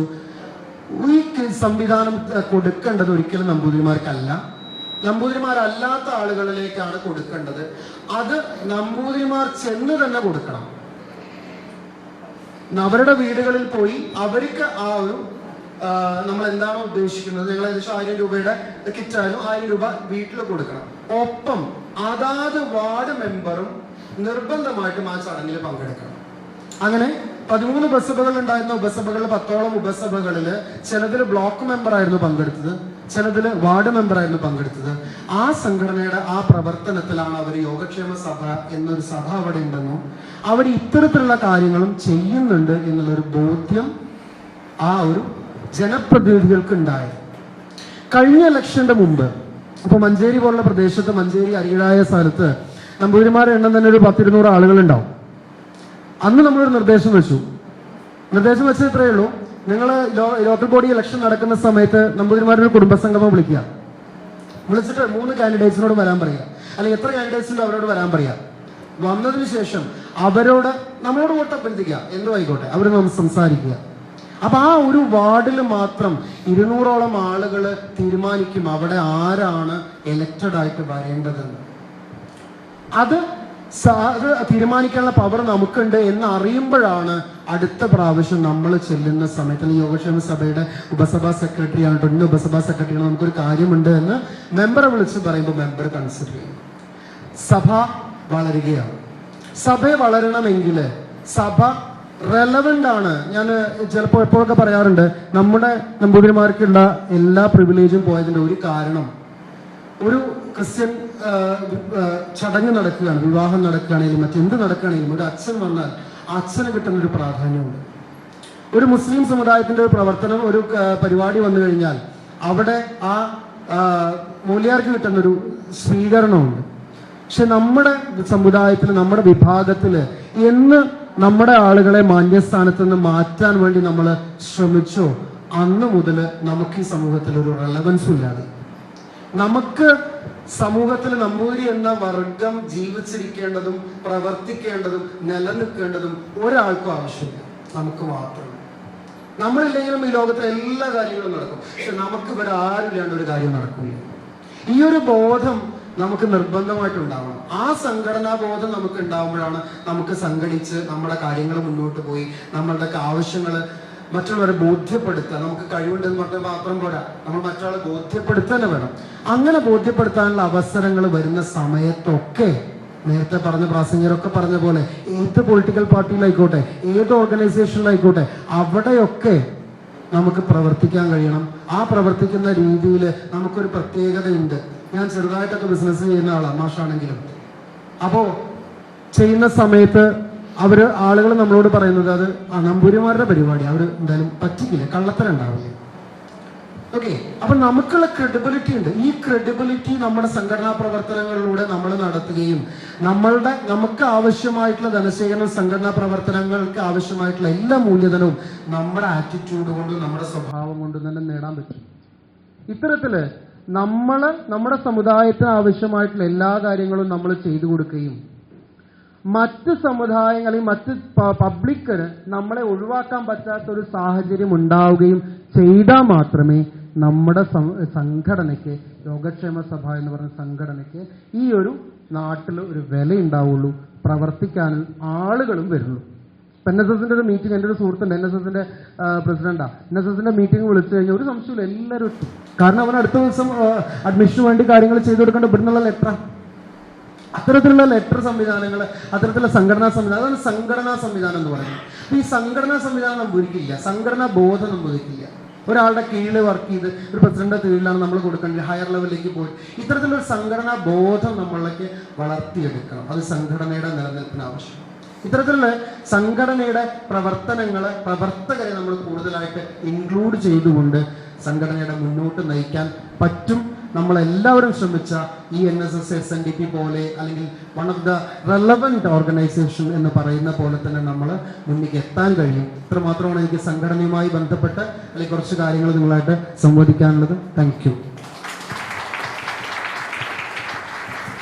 എന്തെങ്കിലും ഞാൻ പറഞ്ഞതിൽ എന്തെങ്കിലും കാര്യങ്ങളോ അഭിപ്രായങ്ങളോ ഉണ്ടെങ്കിൽ സംസാരിക്കാൻ പറയാം. ഞാൻ ഈ പറഞ്ഞ പോലെ തന്നെ എനിക്ക് ഈ പറഞ്ഞ ബന്ധങ്ങളിലൂടെയാണ് ഞാൻ ഇപ്പൊ ഇവിടെ സംസാരിക്കുന്നത്. ഏതൊരു സംവിധാനത്തിനും സംഘടനയിലും ബന്ധങ്ങളാണ് ഉണ്ടാവുന്നത്, സാമ്പത്തികമല്ല. ആ ബന്ധങ്ങൾ ഉണ്ടാവാനെങ്കിലും നമ്മൾ സംഘടനയിൽ ആക്റ്റീവായിട്ട് നമ്മൾ പ്രവർത്തിക്കണം എന്ന് മാത്രമാണ് എനിക്കിതിൽ പറയാനുള്ളത്. Thank you. എന്ന് പറഞ്ഞ വളരെ റെലവൻ്റ് ആയിട്ടുള്ള കാര്യങ്ങളാണ്. പക്ഷെ ഒന്ന് രണ്ട് ഉദാഹരണങ്ങൾ കുറച്ച് ഒരു ക്ലാരിഫിക്കേഷൻ വേണം. കാരണം 2 പ്രാവശ്യം വന്ന് NSSനെ SNDP ആയിട്ട് യോഗക്ഷേമ സഭയെ തുലനം ചെയ്തു. NSS എന്ന് പറഞ്ഞാൽ കേരള പോപ്പുലേഷൻ 20%ഉം SNDP 27%മാണ്. നമ്പൂരി എന്ന് പറഞ്ഞാൽ ബിലോ 1% ആണ്. അപ്പോൾ നമ്മുടെ എന്താ പറയുക, ആസ്തിയോ അങ്ങനെയല്ലല്ലോ വേണ്ടത്. ശരിക്ക് എന്താ പറയുക, അവനവൻ്റെ ശക്തിയും ദൗർബല്യവും അറിഞ്ഞിട്ട് അതിനെ ഓവർകം ചെയ്യുക. അതിൻ്റെ മറ്റവരെ പോലെ പറ്റും എനിക്ക് തോന്നുന്നില്ല. കാരണം ആ പോപ്പുലേഷൻ്റെ സ്ട്രെങ്ത് കൊണ്ടാണ് എസ്റ്റാബ്ലിഷ്ഡ് ആയ വിദ്യാഭ്യാസ സ്ഥാപനങ്ങളോ മറ്റോ. അപ്പോൾ അതായിട്ട് യോഗക്ഷേമ സഭ തുലനം ചെയ്തതിൽ ഒരു അപാകത എന്നോ സംശയം. പിന്നെ ഈ സെമറ്റിക് മതങ്ങളായ ക്രിസ്ത്യാനിറ്റിയും മുസ്ലിംസിൻ്റെയും അവരുടെ മത നേതാക്കൾക്ക് കിട്ടുന്ന സ്വാധീനം നമ്പൂരി സമുദായത്തിൽ കിട്ടുന്നില്ല എന്ന് പറഞ്ഞു. അത് കേവലം സെമറ്റിക്കായതുകൊണ്ട് അവർക്ക് ജനനം മുതൽ മരണം വരെ പള്ളിയെ ധിക്കരിച്ച് പോകാൻ പറ്റാത്തതുകൊണ്ടാണ്. നമ്മളെ സംബന്ധിച്ച് നിരവധി സംവിധാനങ്ങളുണ്ട്. അങ്ങനെയാണെങ്കിൽ നമ്മൾ ആരെയാണ് ഈ ആചാര്യനായിട്ട് നമ്മൾ കണക്കാക്കേണ്ടത്? അപ്പോൾ ഓരോ മതത്തിനും ഓരോ ആചാര്യൻ, അങ്ങനെ ഒരിക്കലും പ്രായോഗികമല്ല. അപ്പോൾ അത്തരം കാര്യങ്ങളിൽ മറ്റ് മതങ്ങളെ കണ്ട് നമ്മളതുപോലെ ആവണം എന്ന് പറഞ്ഞാലൊരു പോരായ്മ ഉണ്ട് തോന്നുന്നത്. ക്ലാസ്സെല്ലാം വളരെ ഭംഗിയായി. Okay, thank U. എനിക്ക് ഈ പറഞ്ഞ SNDP NSS എന്നുള്ളത് നമ്മൾ നേരത്തെ ഞാൻ ഈ പറഞ്ഞ ഐൻസ്റ്റീൻ്റെ ഫിലോസഫിയോടാണ് പറയുന്നത്. there must be a reference. If there is no reference, we cannot എന്താ പറയുക സ്പീക്ക് അബൌട്ട് എനിത്തിങ്. എന്തിനെ കുറിച്ച് നമുക്ക് പറയാൻ പറ്റില്ല. ആ റെഫറൻസ് നമ്മൾ എടുത്തു എന്ന് മാത്രം NSS SNDP ഒന്നാമത്തെ കാര്യം.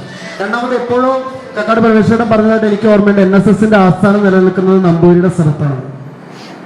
നമ്പൂരിയുടെ ഇല്ലപ്പറമ്പിലാണ് NSSന്റെ പെരുമയിലുള്ള ആസ്ഥാനം നിൽക്കുന്നത്. ശരിയാണെന്ന് ഇത് പറഞ്ഞു അല്ലേ? അപ്പോൾ നമ്മുടെ കയ്യിൽ അവരെ കവച്ചു വെക്കുന്ന കാലിബറും ഉണ്ട്, ആസ്തിയുണ്ട്, എല്ലാം ഉണ്ട്. പോപ്പുലേഷൻ വിഷയമില്ല. ഉദാഹരണമായിട്ട് പറയുകയാണെങ്കിൽ ഇപ്പൊ നമ്മള് ഒരു ബാധിക്കില്ല എങ്കിലും നമ്മുടെ ഇസ്രായേലിന്റെ കാര്യം എടുക്കാം. ഇസ്രായേൽ എന്ന് പറഞ്ഞാൽ ലോകത്തില് ഏറ്റവും കുറഞ്ഞ പോപ്പുലേഷൻ ഉള്ള ഒരു രാജ്യമാണ്. ബട്ട് അവരുടെ ആ ഒരു കാലിബർ, അതിന് ഈക്വലൻ കാലിബറാണ് നമ്പൂതിരിമാരുടെ കയ്യിലുള്ളതെന്ന് വിശ്വസിക്കുന്ന ഒരാളാണ് ഞാൻ. ആ കാലിബർ നമ്മുടെ പൊട്ടൻഷ്യൽ നമ്മൾ യൂസ് ചെയ്ത് കഴിഞ്ഞാൽ ഈ ഒരു സംവിധാനങ്ങളുടെയൊക്കെ മുകളിലെത്താനുള്ള പൊട്ടൻഷ്യൽ നമുക്ക് we are not using that. നമ്മളെ ആരും ട്രിഗർ ചെയ്യുന്നില്ല, അല്ലെങ്കിൽ നമുക്ക് നേരത്തെ പറഞ്ഞ പോലെ ആവശ്യങ്ങൾ വരുന്നില്ല അല്ലെ? അത്തരത്തിൽ ആവശ്യങ്ങളൊന്നും വരാത്തത്തോളം സാഹചര്യത്തിൽ നമുക്ക് എന്ത് ചെയ്യാം, നമുക്ക് പ്രവർത്തിക്കേണ്ട വിഷയങ്ങളുമില്ല. V R comfortable. അതിനൊപ്പം പറയാം, ഞാൻ എനിക്ക് ഒരിക്കലും ഇതേപോലെ സഭയുടെ പ്രവർത്തനങ്ങളുമായിട്ടൊരു ആളെ കാണാൻ വേണ്ടിയിട്ട് ഫണ്ട് ശേഖരിക്കാൻ വേണ്ടി ചെന്നപ്പോൾ മഞ്ചേരി തന്നെ അതേ ഒരു ഈഴവ സമുദായത്തിൽപ്പെട്ട ആളാണ്. അദ്ദേഹം പറഞ്ഞ കാര്യം, within 20 years all the Brahmins family will be old age homes now. Within 20 years. അപ്പൊ ഞാൻ ചോദിച്ചപ്പോൾ എന്താ അങ്ങനെ പറയാൻ കാരണം? ഒന്നുമില്ല. യു ആർ ജസ്റ്റ് ക്രിയേറ്റിംഗ് എന്താ പറയാ സർവൻസ് അല്ലെങ്കിൽ ജോലിക്കാരെ മാത്രമാണ് നിങ്ങൾ ഉണ്ടാക്കുന്നത്. ഈ ഒരിക്കലും നിങ്ങൾ നിങ്ങളുടെ കുട്ടികളോട് പറയും, കുട്ടികളോട് എന്താ പറയുന്നത്? പഠിക്കൂ, പഠിച്ചിട്ട് അടുത്ത ജോലി എടുക്കൂ, അടുത്ത എക്സാം എഴുതൂ, അടുത്ത സ്ഥലത്ത് ജോലിക്ക് കയറൂ എന്ന് നിങ്ങൾ പറയുന്നു. അപ്പൊ ഓട്ടോമാറ്റിക്കലി അവർ പഠിക്കും, അവർ എൻട്രൻസ് എക്സാം ക്ലിയർ ചെയ്യും, അല്ലെങ്കിൽ മറ്റ് ബാങ്കുകളുടെ എക്സാം ക്ലിയർ ചെയ്യും, ദെൻ അവർ നല്ല പ്ലേസ്മെന്റ് കിട്ടി ജോലിക്ക് പോവും. എന്നിട്ട് നിങ്ങൾ അവസാനം കുറച്ച് കഴിഞ്ഞാൽ പറയും, അയ്യോ ഇവിടെ ആരും നിൽക്കണില്ലേ, കുട്ടികളൊക്കെ പുറത്താണെന്ന് പറയും. So that is A scenario. അപ്പൊ നമ്മൾ എന്ത് ചെയ്യണം? അദ്ദേഹം പറഞ്ഞ കാര്യമാണ്, നിങ്ങൾ ചെയ്യേണ്ട കാര്യം എന്താണ്? നിങ്ങൾ അങ്ങനെയല്ല ചെയ്യേണ്ടത്. ഫസ്റ്റ് ഫ്രം ദ ബിഗിനിങ് നിങ്ങൾ കുട്ടികളെ പഠിപ്പിക്കൂ. ജോലി ചെയ്യുക എന്നുള്ളത് ഒരാളുടെ കീഴിലാണ് എന്നുള്ള ബോധ്യം ആദ്യം തന്നെ കുട്ടികൾ ഉണ്ടാക്കൂ. നിങ്ങൾ ഒരാളുടെ കീഴിലാണ് പണിയെടുക്കുന്നത്. അത് എത്ര വന്നു കഴിഞ്ഞാലും അതിന്റെ ഫിലോസഫിക്കലാണ്, പ്രാക്ടിക്കലായിട്ടൊന്നും ഞാൻ പറയുന്നില്ല. എന്നോട് അദ്ദേഹം പറഞ്ഞ അതേ വാക്കുകൾ നിങ്ങളോട് പറയാണ്, അത് ഒരാളുടെ കീഴിലാണ്. ബട്ട് നിങ്ങൾ തിരിച്ചു ചിന്തിച്ചു നോക്കും, ഒരാൾക്ക് നിങ്ങൾക്ക് ജോലി കൊടുക്കാൻ കഴിയുമ്പോൾ അവന്റെ സെൽഫ് പ്രൈഡ് എത്ര ഉണ്ട്, കൂടുന്നുണ്ട്. അവൻ എത്ര 4 ഫാമിലിക്ക് അവൻ ഇവിടെ ഒരു ഓപ്പർച്യൂണിറ്റി കൊടുത്താൽ എത്ര കണ്ട് നിങ്ങളുടെ അടുത്ത് നിൽക്കാൻ അവൻ താല്പര്യപ്പെടും, അല്ലെങ്കിൽ നമ്മുടെ നാട്ടിൽ നിൽക്കാൻ താല്പര്യപ്പെടും. അത് സംവിധാനങ്ങൾ ഇവിടെ ഉണ്ടോ, അതിന് പറ്റിയ അറ്റ്മോസ്ഫിയർ ആണോ, that is A second one. പക്ഷെ അദ്ദേഹം പറഞ്ഞ കാര്യമാണിത്. അപ്പൊ നമ്മുടെ കുട്ടികളെ നമ്മൾ വളർത്തുന്നതിൽ, ഞാനാണെങ്കിലും എന്റെ കുട്ടികളെ വളർത്തുന്നതിലും ഒക്കെ കോമൺ ആയിട്ട് നമ്മളൊരു എന്താ പറയാ അങ്ങനെ സിസ്റ്റമാണ്. അപ്പൊ അത് ആണ് നമുക്ക് നമ്മളുടെ ഈ വളർച്ചയ്ക്ക് ഒരു തടസ്സം എന്ന് തോന്നുന്നു. അല്ലെങ്കിൽ ഈ പറഞ്ഞ പോലെ മറ്റു ഉദാഹരണം പറഞ്ഞാൽ ഈ പട്ടമാരുടെ കമ്മ്യൂണിറ്റി ഒക്കെ ഉണ്ട്. അവരുടെ ഒരുപാട് ഓർഗനൈസേഷൻസ് ഉണ്ട്. അവര് ഈ പറഞ്ഞ പോലെ കോയമ്പത്തൂർ അവര് മഞ്ചേരിക്കുള്ള കുറച്ച് പട്ടമാർ കൂടിയിട്ടൊക്കെ അവിടെയൊക്കെ അവർ ഈ പറഞ്ഞ പോലെ കമ്മ്യൂണിറ്റി ലിവിങ്സ് ഒക്കെ ഉണ്ട്. അവിടെ പട്ടമാർ മാത്രമേ ഉള്ളൂ താമസിക്കുന്നത്. അവർ വൈകുന്നേരം ആയി കഴിഞ്ഞാൽ അവരെ റിട്ടയർമെന്റ് ലൈഫ് ആഫ്റ്റർ 60 ഉള്ള ആളുകളാണ്.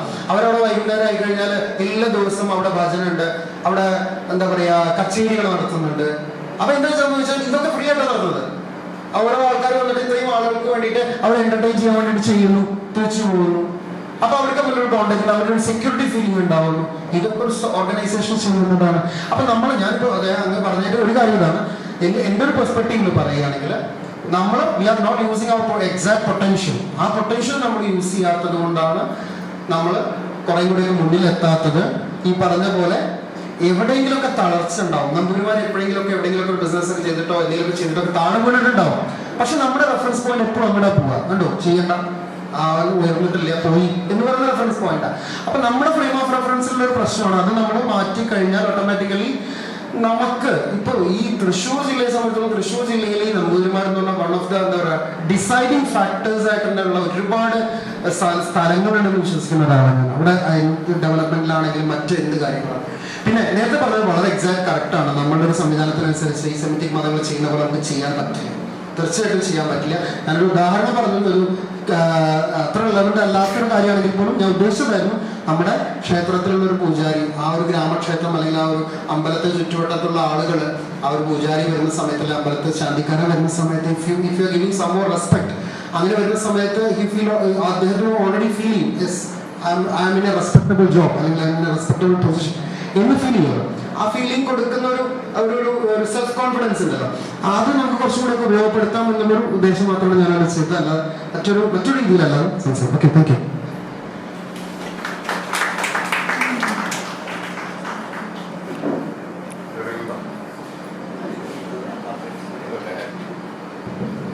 ആർക്കെങ്കിലും എന്തെങ്കിലും ചോദിക്കാനുണ്ടെങ്കിൽ ചോദിക്കാം. ശ്രീകുട്ടി കൈ വക്കീലാണോ?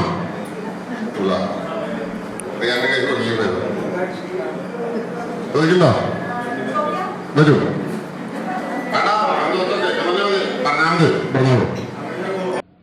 വളരെ നല്ലൊരു ക്ലാസ് ആയിട്ടാണ് എനിക്ക് തോന്നിയത്. ഇപ്പോൾ എനിക്കിവിടെ ചോദിക്കാൻ ഒരു സംശയമായിട്ട് വന്നത്, നമ്മൾ ബാക്കിയുള്ള ഒരു കമ്മ്യൂണിറ്റിയേക്കാൾ കൂടുതൽ അങ്ങോട്ടും ഇങ്ങോട്ടും നസ്യം പറയുന്നത് നല്ലോണം ഉണ്ട്. അതായത് ഏതൊരു സംഘടനയിലായാലും ഇപ്പൊ നമ്മളുടെ ഇതിലായാലും ഇവിടെ നല്ലോണം ചിരിച്ചു കാണിക്കും, ഇങ്ങോട്ട് തിരിഞ്ഞു കഴിഞ്ഞാൽ ഫുൾ കുറ്റം പറയും. അങ്ങനെയുള്ള ഒരു കാര്യം ഈ സംഘടനയെ എത്രത്തോളം നെഗറ്റീവായിട്ട് ബാധിക്കുന്നുണ്ട്? ഇപ്പം ഇതുപോലെ തന്നെ ഈ പറഞ്ഞ പോലെ യോഗക്ഷേമ സഭയിൽ വന്നിട്ടാണ് ഞാൻ 4 പേരുടെ മുമ്പിൽ ഇതേപോലെ സംസാരിക്കാൻ തുടങ്ങിയതും. ഒരു 10 വർഷത്തിന് മുകളിലായി ഇവരുടെയൊക്കെ മുമ്പിൽ ഞാനിങ്ങനെ എവിടെ മൈക്ക് കണ്ടു കഴിഞ്ഞാലും കയറി വർത്തമാനം പറയും എന്നുള്ള പോലെ ആയിട്ടുണ്ട്. അപ്പോ കോൺഫിഡൻസ് ആണ്, ചെറുതായിട്ടൊരു ടീച്ചറുമാണ്, അപ്പൊ കുട്ടികളുടെ മുമ്പിൽ നിൽക്കാനും പേടിയില്ലാതെ ആയിട്ടുണ്ട്. ഏതൊരു വിഭാഗമാണെങ്കിലും, ഇപ്പൊ ചെറിയ കുട്ടികളാണെങ്കിലും 60+ ആയിട്ടുള്ള കുട്ടികളാണെങ്കിലും ആരുടെ മുമ്പിലാണെങ്കിലും പേടിയില്ലാതെ നിൽക്കാം എന്നുള്ളൊരു ഇതായിട്ടുണ്ട്. അപ്പോൾ എനിക്കിപ്പോ നമ്മുടെ സംഘടനയിൽ ഏറ്റവും ഒരു നെഗറ്റീവായിട്ട് തോന്നിയതും ഈ ഒരു കാര്യം തന്നെയാണ്. നമ്മൾ പരസ്പരം അസ്വാരസ്യങ്ങൾ ഉണ്ടാവാം, പക്ഷെ ആരും ഇത് പരസ്പരം തുറന്നു പറയുന്നില്ല. അതായത് എനിക്കിപ്പോ കൃഷ്ണേട്ടനോട് ഒരു ഇതുണ്ട്, ഞാൻ കൃഷ്ണേട്ടനോട് പറയില്ല, അതിന് പകരം ഞാനപ്പുറത്ത് പോയി ശ്രീകുമാരേട്ടനോട് പറയും. അപ്പൊ എന്താണ്, ഇവര് പരസ്പരം വന്നതുണ്ടെങ്കിൽ അവിടെ നിന്ന് ഇങ്ങോട്ട് പറയും. അങ്ങനെ എന്നെ കുറിച്ചുള്ള കുറ്റം ഇവർ രണ്ടുപേരും പറയുന്നുണ്ടാവും. ഒരു എക്സാമ്പിൾ പറഞ്ഞതാണ് കേട്ടോ അത്. അപ്പോൾ ഇതുപോലെ വളരെയധികമായിട്ട് നടക്കുന്നുണ്ട്. അപ്പോൾ ഇത് നമ്മുടെ സംഘടനയെ എങ്ങനെ ബാധിക്കുന്നു, അല്ലെങ്കിൽ ഇതിന്ന് നമുക്ക് റിക്കവർ ചെയ്യാൻ എന്താണ് പറ്റുക? സംഘടനയ്ക്ക് എന്താ ചെയ്യാൻ പറ്റുക? അതൊരു എന്താ പറയാ, ഇൻഡിവിജ്വൽ കാര്യമായിട്ടാണ് എനിക്ക് പ്രധാനമായിട്ട് തോന്നുന്നത്. രണ്ടാമത്തെ ഞാൻ പറഞ്ഞ കാര്യം തന്നെയാണ് സംഘടനാ ബോധം എന്നുള്ളത് വളർത്തിയെടുക്കുക എന്നുള്ളത് മാത്രമേ ചെയ്യാനുള്ളൂ. സംഘടന എന്നുള്ളത് സംഘടനയുമായി ബന്ധപ്പെട്ട് സംഘടനയ്ക്ക് ബാധിക്കുന്ന രീതിയിലാവുമ്പോൾ അത് സംഘടനാ സംവിധാനം ശക്തിപ്പെടുത്തുന്നത്. രണ്ടാമത്തെ കാര്യം നിങ്ങൾ ചെയ്ത് തന്നെയാണ് ചെയ്യേണ്ടത്. ഇങ്ങനെയുള്ള ആർക്കൊക്കെ പ്രശ്നങ്ങൾ ഉണ്ടാവും, അല്ലെങ്കിൽ ആരൊക്കെയാണോ ഇഷ്യൂസ് ഉണ്ടാവാൻ സാധ്യത ഉള്ളത്, അല്ലെങ്കിൽ എന്താ പറയാ, ഇങ്ങനെയുള്ള ആ സമുദായ നമ്മുടെ കൂട്ടായ്മകൾ കൂടുതലായിട്ട് 1-2 ദിവസമൊക്കെ ഒന്നിച്ചിരിക്കുമ്പോൾ 1 മണിക്കൂർ 2 മണിക്കൂർ ഒരു ദിവസമൊക്കെ ചിലപ്പോൾ നമുക്ക് മറച്ചു വെക്കാൻ പറ്റും. അത് കഴിഞ്ഞാൽ നമ്മുടെ തനി സ്വഭാവം വരും. അപ്പൊ നോർമലി ഓപ്പൺ അപ്പ് ചെയ്യാനുള്ള അവസരങ്ങൾ ഉണ്ടാക്കുക എന്നുള്ളത് തന്നെയാണ് കൂടുതലായിട്ട്.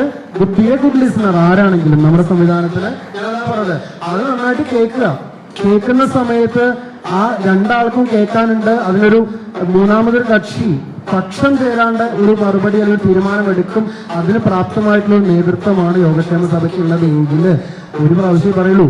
രണ്ടാമത്തെ പ്രാവശ്യം പറഞ്ഞ വിവരറിയുന്ന പറയാൻ കഴിയുന്ന അല്ലെങ്കിൽ പറ്റുന്ന ഒരു നേതൃത്വം ഉണ്ടാവുക എന്നുള്ളത് തന്നെയാണ്.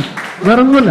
ഇഷ്യൂസിൽ ഇടപെടുക. നമുക്ക് എപ്പോഴും പറയാറുണ്ടാവും, ഇഷ്യൂസിൽ ഇടപെടാതിട്ടാൽ മതി. ഇപ്പൊ എനിക്കൊരു ജിമ്മിൽ പോകണം അല്ലെങ്കിൽ എന്തെങ്കിലും ചെയ്യണം, വെറുതെ ഇങ്ങനെ ഉണ്ടെങ്കിൽ നമുക്കൊരു മത്സരം വരില്ല. നമ്മൾ വർക്കൗട്ട് ചെയ്യണം, അതിൽ ഇടപെടണം. പ്രശ്നങ്ങൾ ഇടപെട്ടാലേ സൊല്യൂഷൻ ഉണ്ടാവുള്ളൂ. നിന്നുകൊണ്ട് സൊല്യൂഷൻ ഉണ്ടാക്കുന്നത് ഒരിക്കലും സാധ്യമല്ല. അപ്പോൾ എനിക്കൊരു പ്രശ്നം ഉണ്ടെങ്കിൽ ഞാനത് ഇൻവോൾവ് ചെയ്ത് അവരായിട്ട് സംസാരിച്ച് കാര്യങ്ങളൊക്കെ ഇടപെട്ട് അതിന് സൊല്യൂഷൻ ഉണ്ടാക്കാം. So that completely depends on the person. ഇവിടെ ഇരിക്കുന്ന അധികാരികളുടെ അടുത്ത് അല്ലെങ്കിൽ അതിന്റെ ഉത്തരവാദിത്തപ്പെട്ട ആളുകളെ പറയാനുള്ള ഒരു ആക്സസിബിലിറ്റി കൊടുക്കുക. ആ ആക്സസിബിലിറ്റി കിട്ടുക അല്ലെങ്കിൽ പറഞ്ഞു കഴിഞ്ഞാൽ അതിൽ ഇടപെടുക. ഒരാൾക്ക് ഗുണോ ദോഷമോ നോക്കണ്ട, എന്താണോ ന്യായം, എന്താണോ അതിന് ശരി എന്നുള്ളതിന്റെ പക്ഷത്തിൽ നിൽക്കുക. അങ്ങനെ 2-3 കേസുകൾ 2-3 പ്രശ്നങ്ങൾ ഉണ്ടാകും, ഓട്ടോമാറ്റിക്കലി ആ സംവിധാനങ്ങൾ ചെയ്യും. അങ്ങനെയപ്പോൾ അതിന് ചെയ്യാൻ പറ്റുന്ന എനിക്ക് എൻ്റെ ഒരു ഹമ്പിൾ എനിക്ക് തോന്നുന്നു അത്രയേ ഉള്ളൂ. Okay, thank you. നമ്മുടെ സമുദായത്തിൽ PSC administrative service, government service ഇതിലേക്കൊക്കെയുള്ള പ്രവേശനം, ജോലി ഉള്ള അവസരങ്ങൾ കൂട്ടാനുള്ള ഒരു ഉത്തരവാദിത്വം വലിയ യോഗക്ഷേമ സഭയ്ക്കില്ല. അതിനുവേണ്ടി എന്ത് ചെയ്യാൻ പറ്റും? അത്തരത്തിലുള്ള അവസരങ്ങൾ നമ്മുടെ വരും തലമുറയ്ക്ക് കൂടുമ്പോൾ അത് നമ്മുടെ യോഗക്ഷേമ സഭയ്ക്ക് തന്നെ അതൊരു മുതൽക്കൂട്ടാവും. അതിനുവേണ്ടി എന്ത് സജഷൻസ് ആണ് അങ്ങേക്ക് തരാനുള്ളത്? നമ്മുടെ സംഘടനാ വളർച്ചയിലെ 2 പ്രധാനപ്പെട്ട കാര്യങ്ങളാണ്. ഒന്ന്, ഈ പറഞ്ഞ പോലെ സാമുദായിക രാഷ്ട്രീയ മേഖലകൾ നമ്മൾ ഇടപെടുക. രണ്ടാമത്തെ, നമ്മുടെ അഡ്മിനിസ്ട്രേറ്റീവ് കാര്യങ്ങളിൽ നമ്മുടെ സാന്നിധ്യം ഉണ്ടാവുക എന്നുള്ളത്. നേരത്തെ പറഞ്ഞ പോലെ തന്നെ നമ്മുടെ ഗവൺമെന്റ്, അതായത് നിയമം അല്ലെങ്കിൽ കാര്യങ്ങൾ തീരുമാനിക്കുന്ന സർക്കാരാണെങ്കിലും എക്സിക്യൂട്ട് ചെയ്യുന്നത് ഒരു അഡ്മിനിസ്ട്രേറ്റീവ് ബോഡിയാണ്. ആ അഡ്മിനിസ്ട്രേറ്റീവ് ബോഡിയിൽ നമ്മുടെ സാന്നിധ്യം മാക്സിമം ഉണ്ടാക്കിയെടുക്കുക എന്നുള്ളത് തന്നെയാണ് നമ്മുടെ വളർച്ചയ്ക്കും നമ്മുടെ ആവശ്യങ്ങൾക്കൊക്കെ വേണ്ടത്. അപ്പൊ ഈ പറഞ്ഞ പോലെ തന്നെ അതിന് നമ്മുടെ സഭയുടേതായിട്ട് തന്നെ സർവജ്ഞം പ്രോഗ്രാം നടന്നുകൊണ്ടിരിക്കുന്നുണ്ട്. പക്ഷെ വളരെ സങ്കടകരമായിട്ടുള്ളൊരു അവസ്ഥ എന്താ വെച്ചാൽ അതിലൊക്കെ കുട്ടികളുടെ എണ്ണം വളരെ കുറവായിട്ടാണ് കാണുന്നത്. പക്ഷെ സർവജ്ഞം പ്രോഗ്രാം അത് അതിന്റെ ഉദ്ദേശ ലക്ഷ്യങ്ങൾ കറക്റ്റായിട്ട് വരികയാണെങ്കിൽ അതിൽ നമ്മുടെ കുട്ടികൾ കുറഞ്ഞാലുള്ള ബുദ്ധിമുട്ട് എന്താ വെച്ചാൽ ഇതൊക്കെ ഫൈനാൻഷ്യൽ ബർഡൻ വരുന്ന കാര്യങ്ങളുണ്ട്. അപ്പൊ ആളുകളുടെ സാമ്പത്തിക സഹായം കൂടി ഉണ്ടാവുകയാണെങ്കിൽ തീർച്ചയായിട്ടും സഭയൊക്കെ നേരിട്ട് ചെയ്യുന്ന കാര്യങ്ങളാണ്, അത് മുന്നോട്ട് കൊണ്ടുപോകും. അതോടൊപ്പം തന്നെ ഈ പറഞ്ഞ പോലെ തന്നെ ഭാവിയിൽ ഒരു സിവിൽ സർവീസ് അക്കാഡമി, അതേപോലെ തന്നെ സിവിൽ സർവീസ് പഠിപ്പിക്കുന്ന അക്കാഡമികളായിട്ടൊരു ടൈപ്പോ നമ്മൾ യോഗക്ഷേമ സഭയിൽ നിന്ന് ഇവിടെ നന്നായിട്ട് പ്രിപ്പയർ ചെയ്ത് പഠിച്ചൊരു കുട്ടിയാണ്, ഡൽഹിയിൽ പോവാണ്, ഡൽഹിയിൽ സിവിൽ സർവീസ് അക്കാഡമിയിൽ ജോയിൻ ചെയ്യാണ്. അപ്പൊ നമ്മൾ ഇവിടുന്ന് സംസ്ഥാന സെക്രട്ടറിയോ സംസ്ഥാന പ്രസിഡന്റോ ലെറ്റർ കൊടുക്കുകയാണ്, ഞങ്ങളുടെ ഉപസഭയിൽ ഉള്ള കുട്ടിയാണ്, ഇങ്ങനെ കാര്യങ്ങളൊക്കെ നല്ല ഏബിൾ ആണ്, സോ നിങ്ങളത് അവരുടെ വേണ്ട കാര്യങ്ങളും സപ്പോസ് ഫീസിലൊക്കെ കുറച്ച് സ്ട്രക്ചറിലൊക്കെ അനുഭവിക്കണം എന്നുള്ള രീതിയിൽ നമുക്ക് ഇവിടുന്ന് ആളുകളെ ഡയറക്റ്റ് ചെയ്യാൻ കഴിയണം. അതിന് അവരുമായിട്ടുള്ള ബന്ധം സ്ഥാപിക്കാൻ പറ്റുന്ന രീതിയിൽ സംഘടനയുടെ നേതാക്കന്മാരും വളരണം. അപ്പൊ സ്വാഭാവികമായിട്ടും നമ്മളിലൂടെ ചെല്ലുന്ന സമയത്ത് ആത്യന്തികമായിട്ട് സംഘടനയുടെ വളർച്ചയെ കുറിച്ച് സംഘടനയുടെ വിഷയമായതുകൊണ്ടാണ് പറയുന്നത്. സംഘടനയുടെ വളർച്ചയ്ക്ക് വേണ്ടി നമ്മൾ ത്രൂ ചാനൽ ചെയ്യുമ്പോൾ ദർ ഇസ് സം പ്രയോറിറ്റി എന്ന് വരികയും ഒപ്പം അവർക്ക് വേണ്ട എല്ലാ റിസോഴ്സസും സഭാടിസ്ഥാനത്തിലും ജില്ലാടിസ്ഥാനത്തിലൊക്കെ ചെറിയ ചെറിയ ക്യാമ്പുകൾ വെച്ചുകൊണ്ട് കുട്ടികളെ നമ്മൾ കൊടുക്കുന്ന ക്യാമ്പുകൾക്ക് അത്രയും ഇമ്പോർട്ടൻസ് ഉണ്ടെങ്കിൽ നല്ല കണ്ടന്റാണ് കിട്ടുന്നത്. കണ്ടന്റ് ഇല്ലാണ്ട് ചെയ്തിട്ട് കാര്യമില്ല. നമ്മളെന്തെങ്കിലും ക്ലാസ് കൊടുക്കുക, നമ്മൾ യോഗക്ഷേമ സഭ നടത്തുകയെന്ന് പറഞ്ഞിട്ട് കാര്യമില്ല. കിട്ടുകയാണെങ്കിൽ ഇന്ത്യയിലെ വൺ ഓഫ് ദ ബെസ്റ്റ് കൊണ്ടുവന്നിട്ട് കൊടുക്കലും വേണം. അങ്ങനെ കൊടുത്താൽ മാത്രമേ കാര്യമുള്ളൂ. കാരണം നമ്മളെന്തെങ്കിലും കാര്യം ചെയ്തിട്ടും കാര്യമില്ല. അപ്പൊ അത് എസ്പെഷ്യലി തൃശ്ശൂരൊക്കെ നന്നായിട്ട് നല്ല സാധ്യതയുള്ള സംവിധാനമാണ്. അപ്പൊ അതൊക്കെ ഉപയോഗപ്പെടുത്തി നമ്മുടെ സിവിൽ സർവീസിലേക്ക് മാക്സിമം. അതിന് വേറൊരു കാര്യം കൂടി ഉണ്ട്. സിവിൽ സർവീസിലേക്ക് ഇപ്പോൾ നമ്മുടെ പുതിയ തലമുറ വരാതിരിക്കാൻ ഒരു കാരണം അതിന്റെ പേ സ്കെയിലുകൾ തന്നെയാണ്. മറ്റ് സംവിധാനങ്ങളിൽ ഇപ്പോൾ ഒരു സോഫ്റ്റ്വെയർ ഫീൽഡിലേക്ക് വരുന്ന സമയത്ത് അവർക്ക് ലഭിക്കുന്ന ഒരു പേ സ്കെയിലല്ല നമ്മുടെ സ്റ്റേറ്റിൽ വരുന്ന സമയത്ത് കിട്ടുക, അല്ലെങ്കിൽ നമ്മുടെ ജോലിയിലേക്ക് വരുന്ന സമയത്ത്. അപ്പൊ അതും ഒരു ഇതിലേക്ക് നമ്മുടെ ആളുകൾ അട്രാക്ഷൻ കുറയാനുള്ള ഒരു കാരണമാണ്. പിന്നെ അതിന് ഇപ്പൊ അവർ നാട്ടിൽ നിൽക്കണമെന്ന് നിർബന്ധം പിടിക്കുന്ന ആളുകൾ അല്ലെങ്കിൽ അങ്ങനെയുള്ള ഒരു ബാക്ക്ഗ്രൗണ്ടിൽ വരുന്ന ആളുകളെ കുറച്ചുകൂടി നോക്കുന്നത്. അപ്പം നമ്മുടെ സഭയുടെ ഭാഗത്തുള്ള ശക്തമായിട്ടുള്ള ഇടപെടലുകൾ സംവിധാനങ്ങളൊക്കെ നടക്കുന്നുണ്ട്. ഇനിയും അത് ശക്തമായി തുടർന്നു പോകും എന്ന് തന്നെയാണ് വിശ്വസിക്കുന്നത്. ആ ചോദ്യം എന്താണെന്ന് വെച്ചാലേ, സർവജ്ഞ എന്നുള്ള ചെറിയ കുട്ടികൾക്ക് വേണ്ടിയിട്ടല്ലേ ഇപ്പൊ ഡിഗ്രി കഴിഞ്ഞ് നിൽക്കണം അല്ലെങ്കിൽ ഡിഗ്രിക്ക് പഠിച്ചുകൊണ്ടിരിക്കുന്ന ആളുകൾക്ക് വേണ്ടിയിട്ട് എന്താണ് ഇത്തരത്തിലുള്ള സംവിധാനങ്ങൾക്ക് സഭ ചെയ്യാന്നുള്ളതാണ്. അപ്പൊ സ്വാഭാവികമായിട്ട് ഈ പറഞ്ഞ മാതിരി സർവജ്ഞം എന്നുള്ളതിന്റെ ഒരു ഫേസ് എക്സ്പാൻഷൻ ആയിട്ടോ അങ്ങനെ ഒരു നമുക്ക് അവരെ എന്താ പറയാ ഡിഗ്രി ലെവലിൽ ഉള്ള കുട്ടികൾ ഏറ്റവും പ്രധാനമായിട്ട് അങ്ങനത്തെ ഉള്ള മേഖലയിലേക്ക് പോകാൻ അവർക്കൊരു സ്കില്ലുണ്ടോ, അവർക്കൊരു താല്പര്യമുണ്ടോ എന്നുള്ളത് അറിയുക എന്നുള്ളതാണ്. അപ്പൊ നമ്മൾ ഈ പറഞ്ഞ മാതിരി ആ യുവജനസഭയ്ക്കാണ് കൂടുതൽ അത് ചെയ്യാൻ കഴിയുക. അവരിൽ എത്ര ആളുകൾ ജസ്റ്റ് ഒരു ചെറിയൊരു ഗൂഗിൾ മീറ്റ് വിളിക്കുക, എത്ര ആളുകൾ അതിലേക്ക് വരുന്നുണ്ട്. ഇപ്പൊ നമ്മൾ വരുന്നിട്ട് അത് 4 ആളെ വരുന്നുള്ളെങ്കിൽ ആ ഒരു പ്രോജക്റ്റ് നമുക്ക് ഫെയിലിയർ ആവും. സോ നമുക്ക് പിന്നെ എന്തെങ്കിലും കുറച്ച് ടൈം എടുത്തുകൊണ്ട് ആളുകൾക്ക് നമ്മുടെ ഉദ്ദേശങ്ങളാണ് പേഴ്സണലി കണ്ട് സംസാരിച്ച് അതൊക്കെ നമുക്കൊരു കുറച്ച് ടൈം എടുത്തുകൊണ്ട് ഒരു സ്ട്രക്ചർ ആക്കി നമുക്ക് സംവിധാനം ഉണ്ടാക്കാം. സംവിധാനം ചെയ്യാവുന്നുണ്ട്, നമുക്ക് ചെയ്യാനുള്ള മനസ്സ് മാത്രമേ ഉള്ളൂ. എല്ലാത്തിനും സംവിധാനം ഉണ്ടാക്കാൻ പറ്റും. വളരെ സിമ്പിൾ ആണ്. ഈ ഒരുപാട് നമ്മുടെ മേഖലയിൽ തന്നെ ഒരുപാട് ആളുകൾ ഇതൊക്കെ ചെയ്യുന്ന ആളുകളുണ്ട്. അവര് ഫ്രീ ആയിട്ടൊക്കെ തന്നെ ചെയ്യാൻ തയ്യാറുമാണ്. അപ്പം അതൊക്കെ നമ്മൾ ആ ഇടയ്ക്ക് കണ്ടിട്ട് വിനോദ് ഭട്ടതിരിപ്പാടിൻ്റെയൊക്കെ അദ്ദേഹത്തിൻ്റെയൊക്കെ ക്ലാസ്സുകളും കാര്യങ്ങളൊക്കെ. അപ്പം ഇങ്ങനെയുള്ള ഒരുപാട് റിസോഴ്സസ് നമ്മളതിലുണ്ട്. നമുക്ക് ആവശ്യമുണ്ടോ, നമ്മൾ വില്ലിങ് ആണോ, നമ്മൾ അതിന് അഡോപ്റ്റ് ചെയ്യാൻ തയ്യാറായി നിൽക്കുകയാണോ എന്നുള്ളതാണ് പറയുന്നത്. നമ്മുടെ യുവജനങ്ങൾ അത് ഓക്കെ ആണെങ്കിൽ അതിന് വേണ്ട എല്ലാ സംവിധാനങ്ങളും സഭയ്ക്ക് ചെയ്തു തരാൻ പറ്റും എന്നുള്ളത് മാത്രമാണ് പറയാൻ. ഓക്കെ. കേരളത്തിലെ ജനസംഖ്യയുടെ 1% താഴെയുള്ള ഒരു സമുദായത്തിന്റെ സംഘടനയുടെ മീറ്റിംഗിലാണ് നമ്മൾ സംസാരിക്കുന്നത്.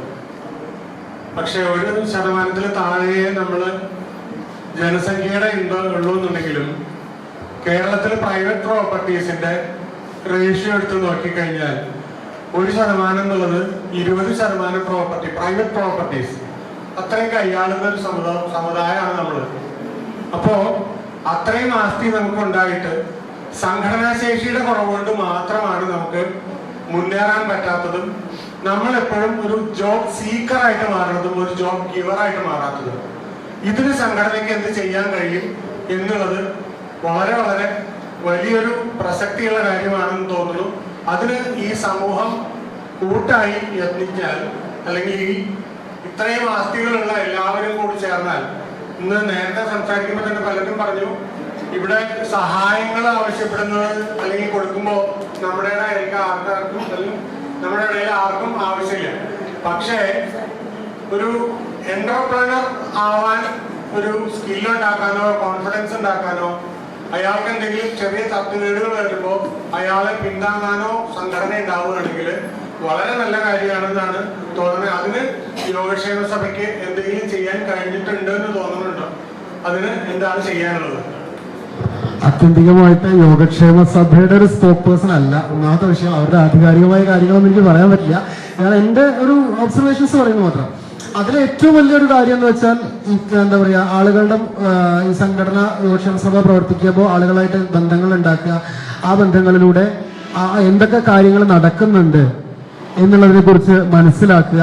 പിന്നെ ഈ പറഞ്ഞ പോലെ എനിക്കതിൽ ഏറ്റവും കൂടുതൽ ഒരു കാര്യം ചെയ്യാവുന്നത്, സഭയ്ക്ക് ചെയ്യാവുന്നത്, നല്ലൊരു ബാക്കപ്പ് നമുക്ക് ഉണ്ടാക്കാം. അത് സാമ്പത്തികമായിട്ടാണെങ്കിലും ബാക്കപ്പ്. ഒരു പുതിയൊരു പ്രൊജക്റ്റുമായിട്ട് വരുന്ന ഒരാൾക്ക് ഒരു 5 lakh വരെ സഭ കൊടുക്കാം. ഒരു പ്രൊജക്റ്റ് നല്ല പ്രൊജക്റ്റ് ആയിട്ടാണ് വരുന്നതെങ്കിൽ ഒരു ഇനീഷ്യൽ സംവിധാനമൊക്കെ അയച്ചുകൊണ്ട്. അപ്പൊ അങ്ങനെ സഭയുടെ സാമ്പത്തികമായിട്ടുള്ള കൊടുക്കാം. എൻ്റെ ചെറിയ ഇതിൽ തോന്നുന്നതാണ്. പിന്നെ ഒന്ന് നമുക്ക് ഞങ്ങളുടെ അവിടെയൊക്കെ മലപ്പുറം ജില്ലയിൽ പങ്ക് പറഞ്ഞ പോലെ മലപ്പുറം ജില്ലയിൽ ഏറ്റവും കൂടുതൽ മുസ്ലിം കമ്മ്യൂണിറ്റീസ് ആണ് എന്ന് എല്ലാവർക്കും അറിയാം. മലപ്പുറം ജില്ലയിൽ ഏറ്റവും കൂടുതൽ സ്വത്തുള്ള നമ്പൂതിരിമാരെയാണ്. ഏറ്റവും കൂടുതൽ ഇന്നും 150-200 ഏക്കർ ഭൂമി ഉള്ള ഒരു 20-25 ഇല്ലങ്ങളെങ്കിലും മലപ്പുറം ജില്ലയിലുണ്ട്. ഒരു പ്രശ്നമുണ്ട്. ഒരു 500 ഏക്കറൊക്കെയുള്ള ഇല്ലങ്ങളുണ്ട്. അത്രയും സാമ്പത്തിക ശേഷിയുള്ള തന്നെയാണ്. അവിടെയൊക്കെ അംഗങ്ങളുടെ എണ്ണം കുറവാണ്. അവിടെ സഭയ്ക്ക് ഇടപെടേണ്ട, സഭയ്ക്ക് ഇടപെടുക എന്നുള്ളതായിരിക്കും. സഭയെ ഇടപെടിപ്പിക്കാനുള്ള മെന്റാലിറ്റിയിൽ അവരെത്തണം സ്വാഭാവികമായിട്ടും. അത് സഭയുടെ പ്രവർത്തനങ്ങളിലൂടെ വേണ്ടത്. സഭയിലൊരു കോൺഫിഡൻസ് വരണം അവരെ. ഞാൻ നേരത്തെ പറഞ്ഞ പോലെ, ഞാൻ പറഞ്ഞല്ലോ, ഒരു സ്ഥലം ഇല്ലാണ്ട് പോയപ്പോൾ അത് നേരെ കൊടുത്തത് മറ്റൊരു ഓർഗനൈസേഷനാണ്. നമ്മളുടെ സ്ഥലം നമുക്ക് തരികയും നമ്മളത് നേരെ ഉപയോഗിക്കുന്നു, നമുക്ക് തിരിച്ചു കൊടുക്കാൻ പറ്റുമെന്നുള്ള ഒരു പ്രൊഡക്ടിവിറ്റി നമ്മൾ കാണിച്ചു കൊടുക്കണം. ഫസ്റ്റ് ഒരു പ്രൂഫ് വേണം. അതെ. അപ്പൊ അത്തരത്തില് ഇടയ്ക്ക് ഞങ്ങൾ അവിടെ മലപ്പുറം ജില്ലയിൽ ഞങ്ങൾ കുറച്ച് ആളുകൾ കൂടി ഒരു പ്രോജക്റ്റ് ആലോചിച്ചിരുന്നു. അതെന്താണെന്ന് വെച്ചാൽ ലാൻഡ് മാനേജ്മെന്റ് ഓർഗനൈസേഷൻ എന്ന് പറഞ്ഞിട്ട് ഭൂമിയുടെ മാനേജ്മെന്റ് നമ്മൾ ഏറ്റെടുക്കും. ഭൂമിയുടെ മാനേജ്മെന്റ് എന്ന് പറഞ്ഞാൽ 2 കൊല്ലത്തേക്ക് ഞങ്ങളുടെ ഒരു കമ്മ്യൂണിറ്റിക്ക് അത് തരികയാണെങ്കിൽ നമ്മൾ അതിൽ വളയിടല്, നാളികേരം പറക്കല്, മൊത്തം സംവിധാനം എല്ലാ കാര്യങ്ങളും നമ്മൾ ചെയ്തു കൊടുക്കും. ലാൻഡൊക്കെ അവരുടെ തന്നെ. അപ്പൊ അതൊരു ഓർഗനൈസേഷൻ. അപ്പൊ നമ്മുടെ ഇടയിൽ കുറച്ച് ആളുകൾ അത് അഡ്മിനിസ്ട്രേറ്റ് ചെയ്യാൻ വേണ്ടിയും മറ്റു കാര്യങ്ങൾ ഇടപെടാൻ വേണ്ടിയും, അതായത് ആ സ്ഥലം നമുക്ക് ഉപയോഗപ്പെടുത്താവുന്ന രീതിയിലേക്ക് മാറ്റുന്ന ചില സംവിധാനങ്ങളൊക്കെ നമുക്ക് സഭയ്ക്ക് വിചാരിച്ചാൽ ചെയ്യാവുന്നതേ ഉള്ളൂ. അങ്ങനെയൊക്കെ അതിനൊക്കെ ഏറ്റവും പ്രധാനം ഇതിലേക്കൊക്കെ തയ്യാറായി വരുന്ന ആളുകളുടെ എണ്ണം എന്നുള്ളതാണ്.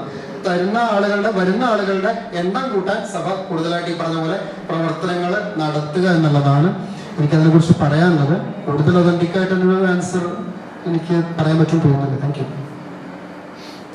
ഞാൻ നേരത്തെ പറഞ്ഞ പോലെ തന്നെ ബി എ ഗുഡ് ലിസണർ. 10 വർഷത്തെ സഭയുടെ പ്രവർത്തനങ്ങൾ എങ്ങനെ വിലയിരുത്തുന്നു വെച്ചാൽ 10 വർഷം ഞാൻ സഭയിൽ എങ്ങനെ ഇടപെട്ടു എന്നുള്ളതിനനുസരിച്ചാണ്. എൻ്റെ സഭയുമായിട്ടുള്ള പ്രവർത്തനം, സഭയിൽ ഇടപെട്ടിരിക്കുന്നത് ഞാൻ എൻ്റെ ഉപസഭയിൽ ഉണ്ടായിരുന്ന സെക്രട്ടറി എന്ന രീതിയിലും ഇപ്പോൾ ഇക്കൊല്ലമാണ് ജില്ലാ ഇതിലേക്ക് വന്നത്.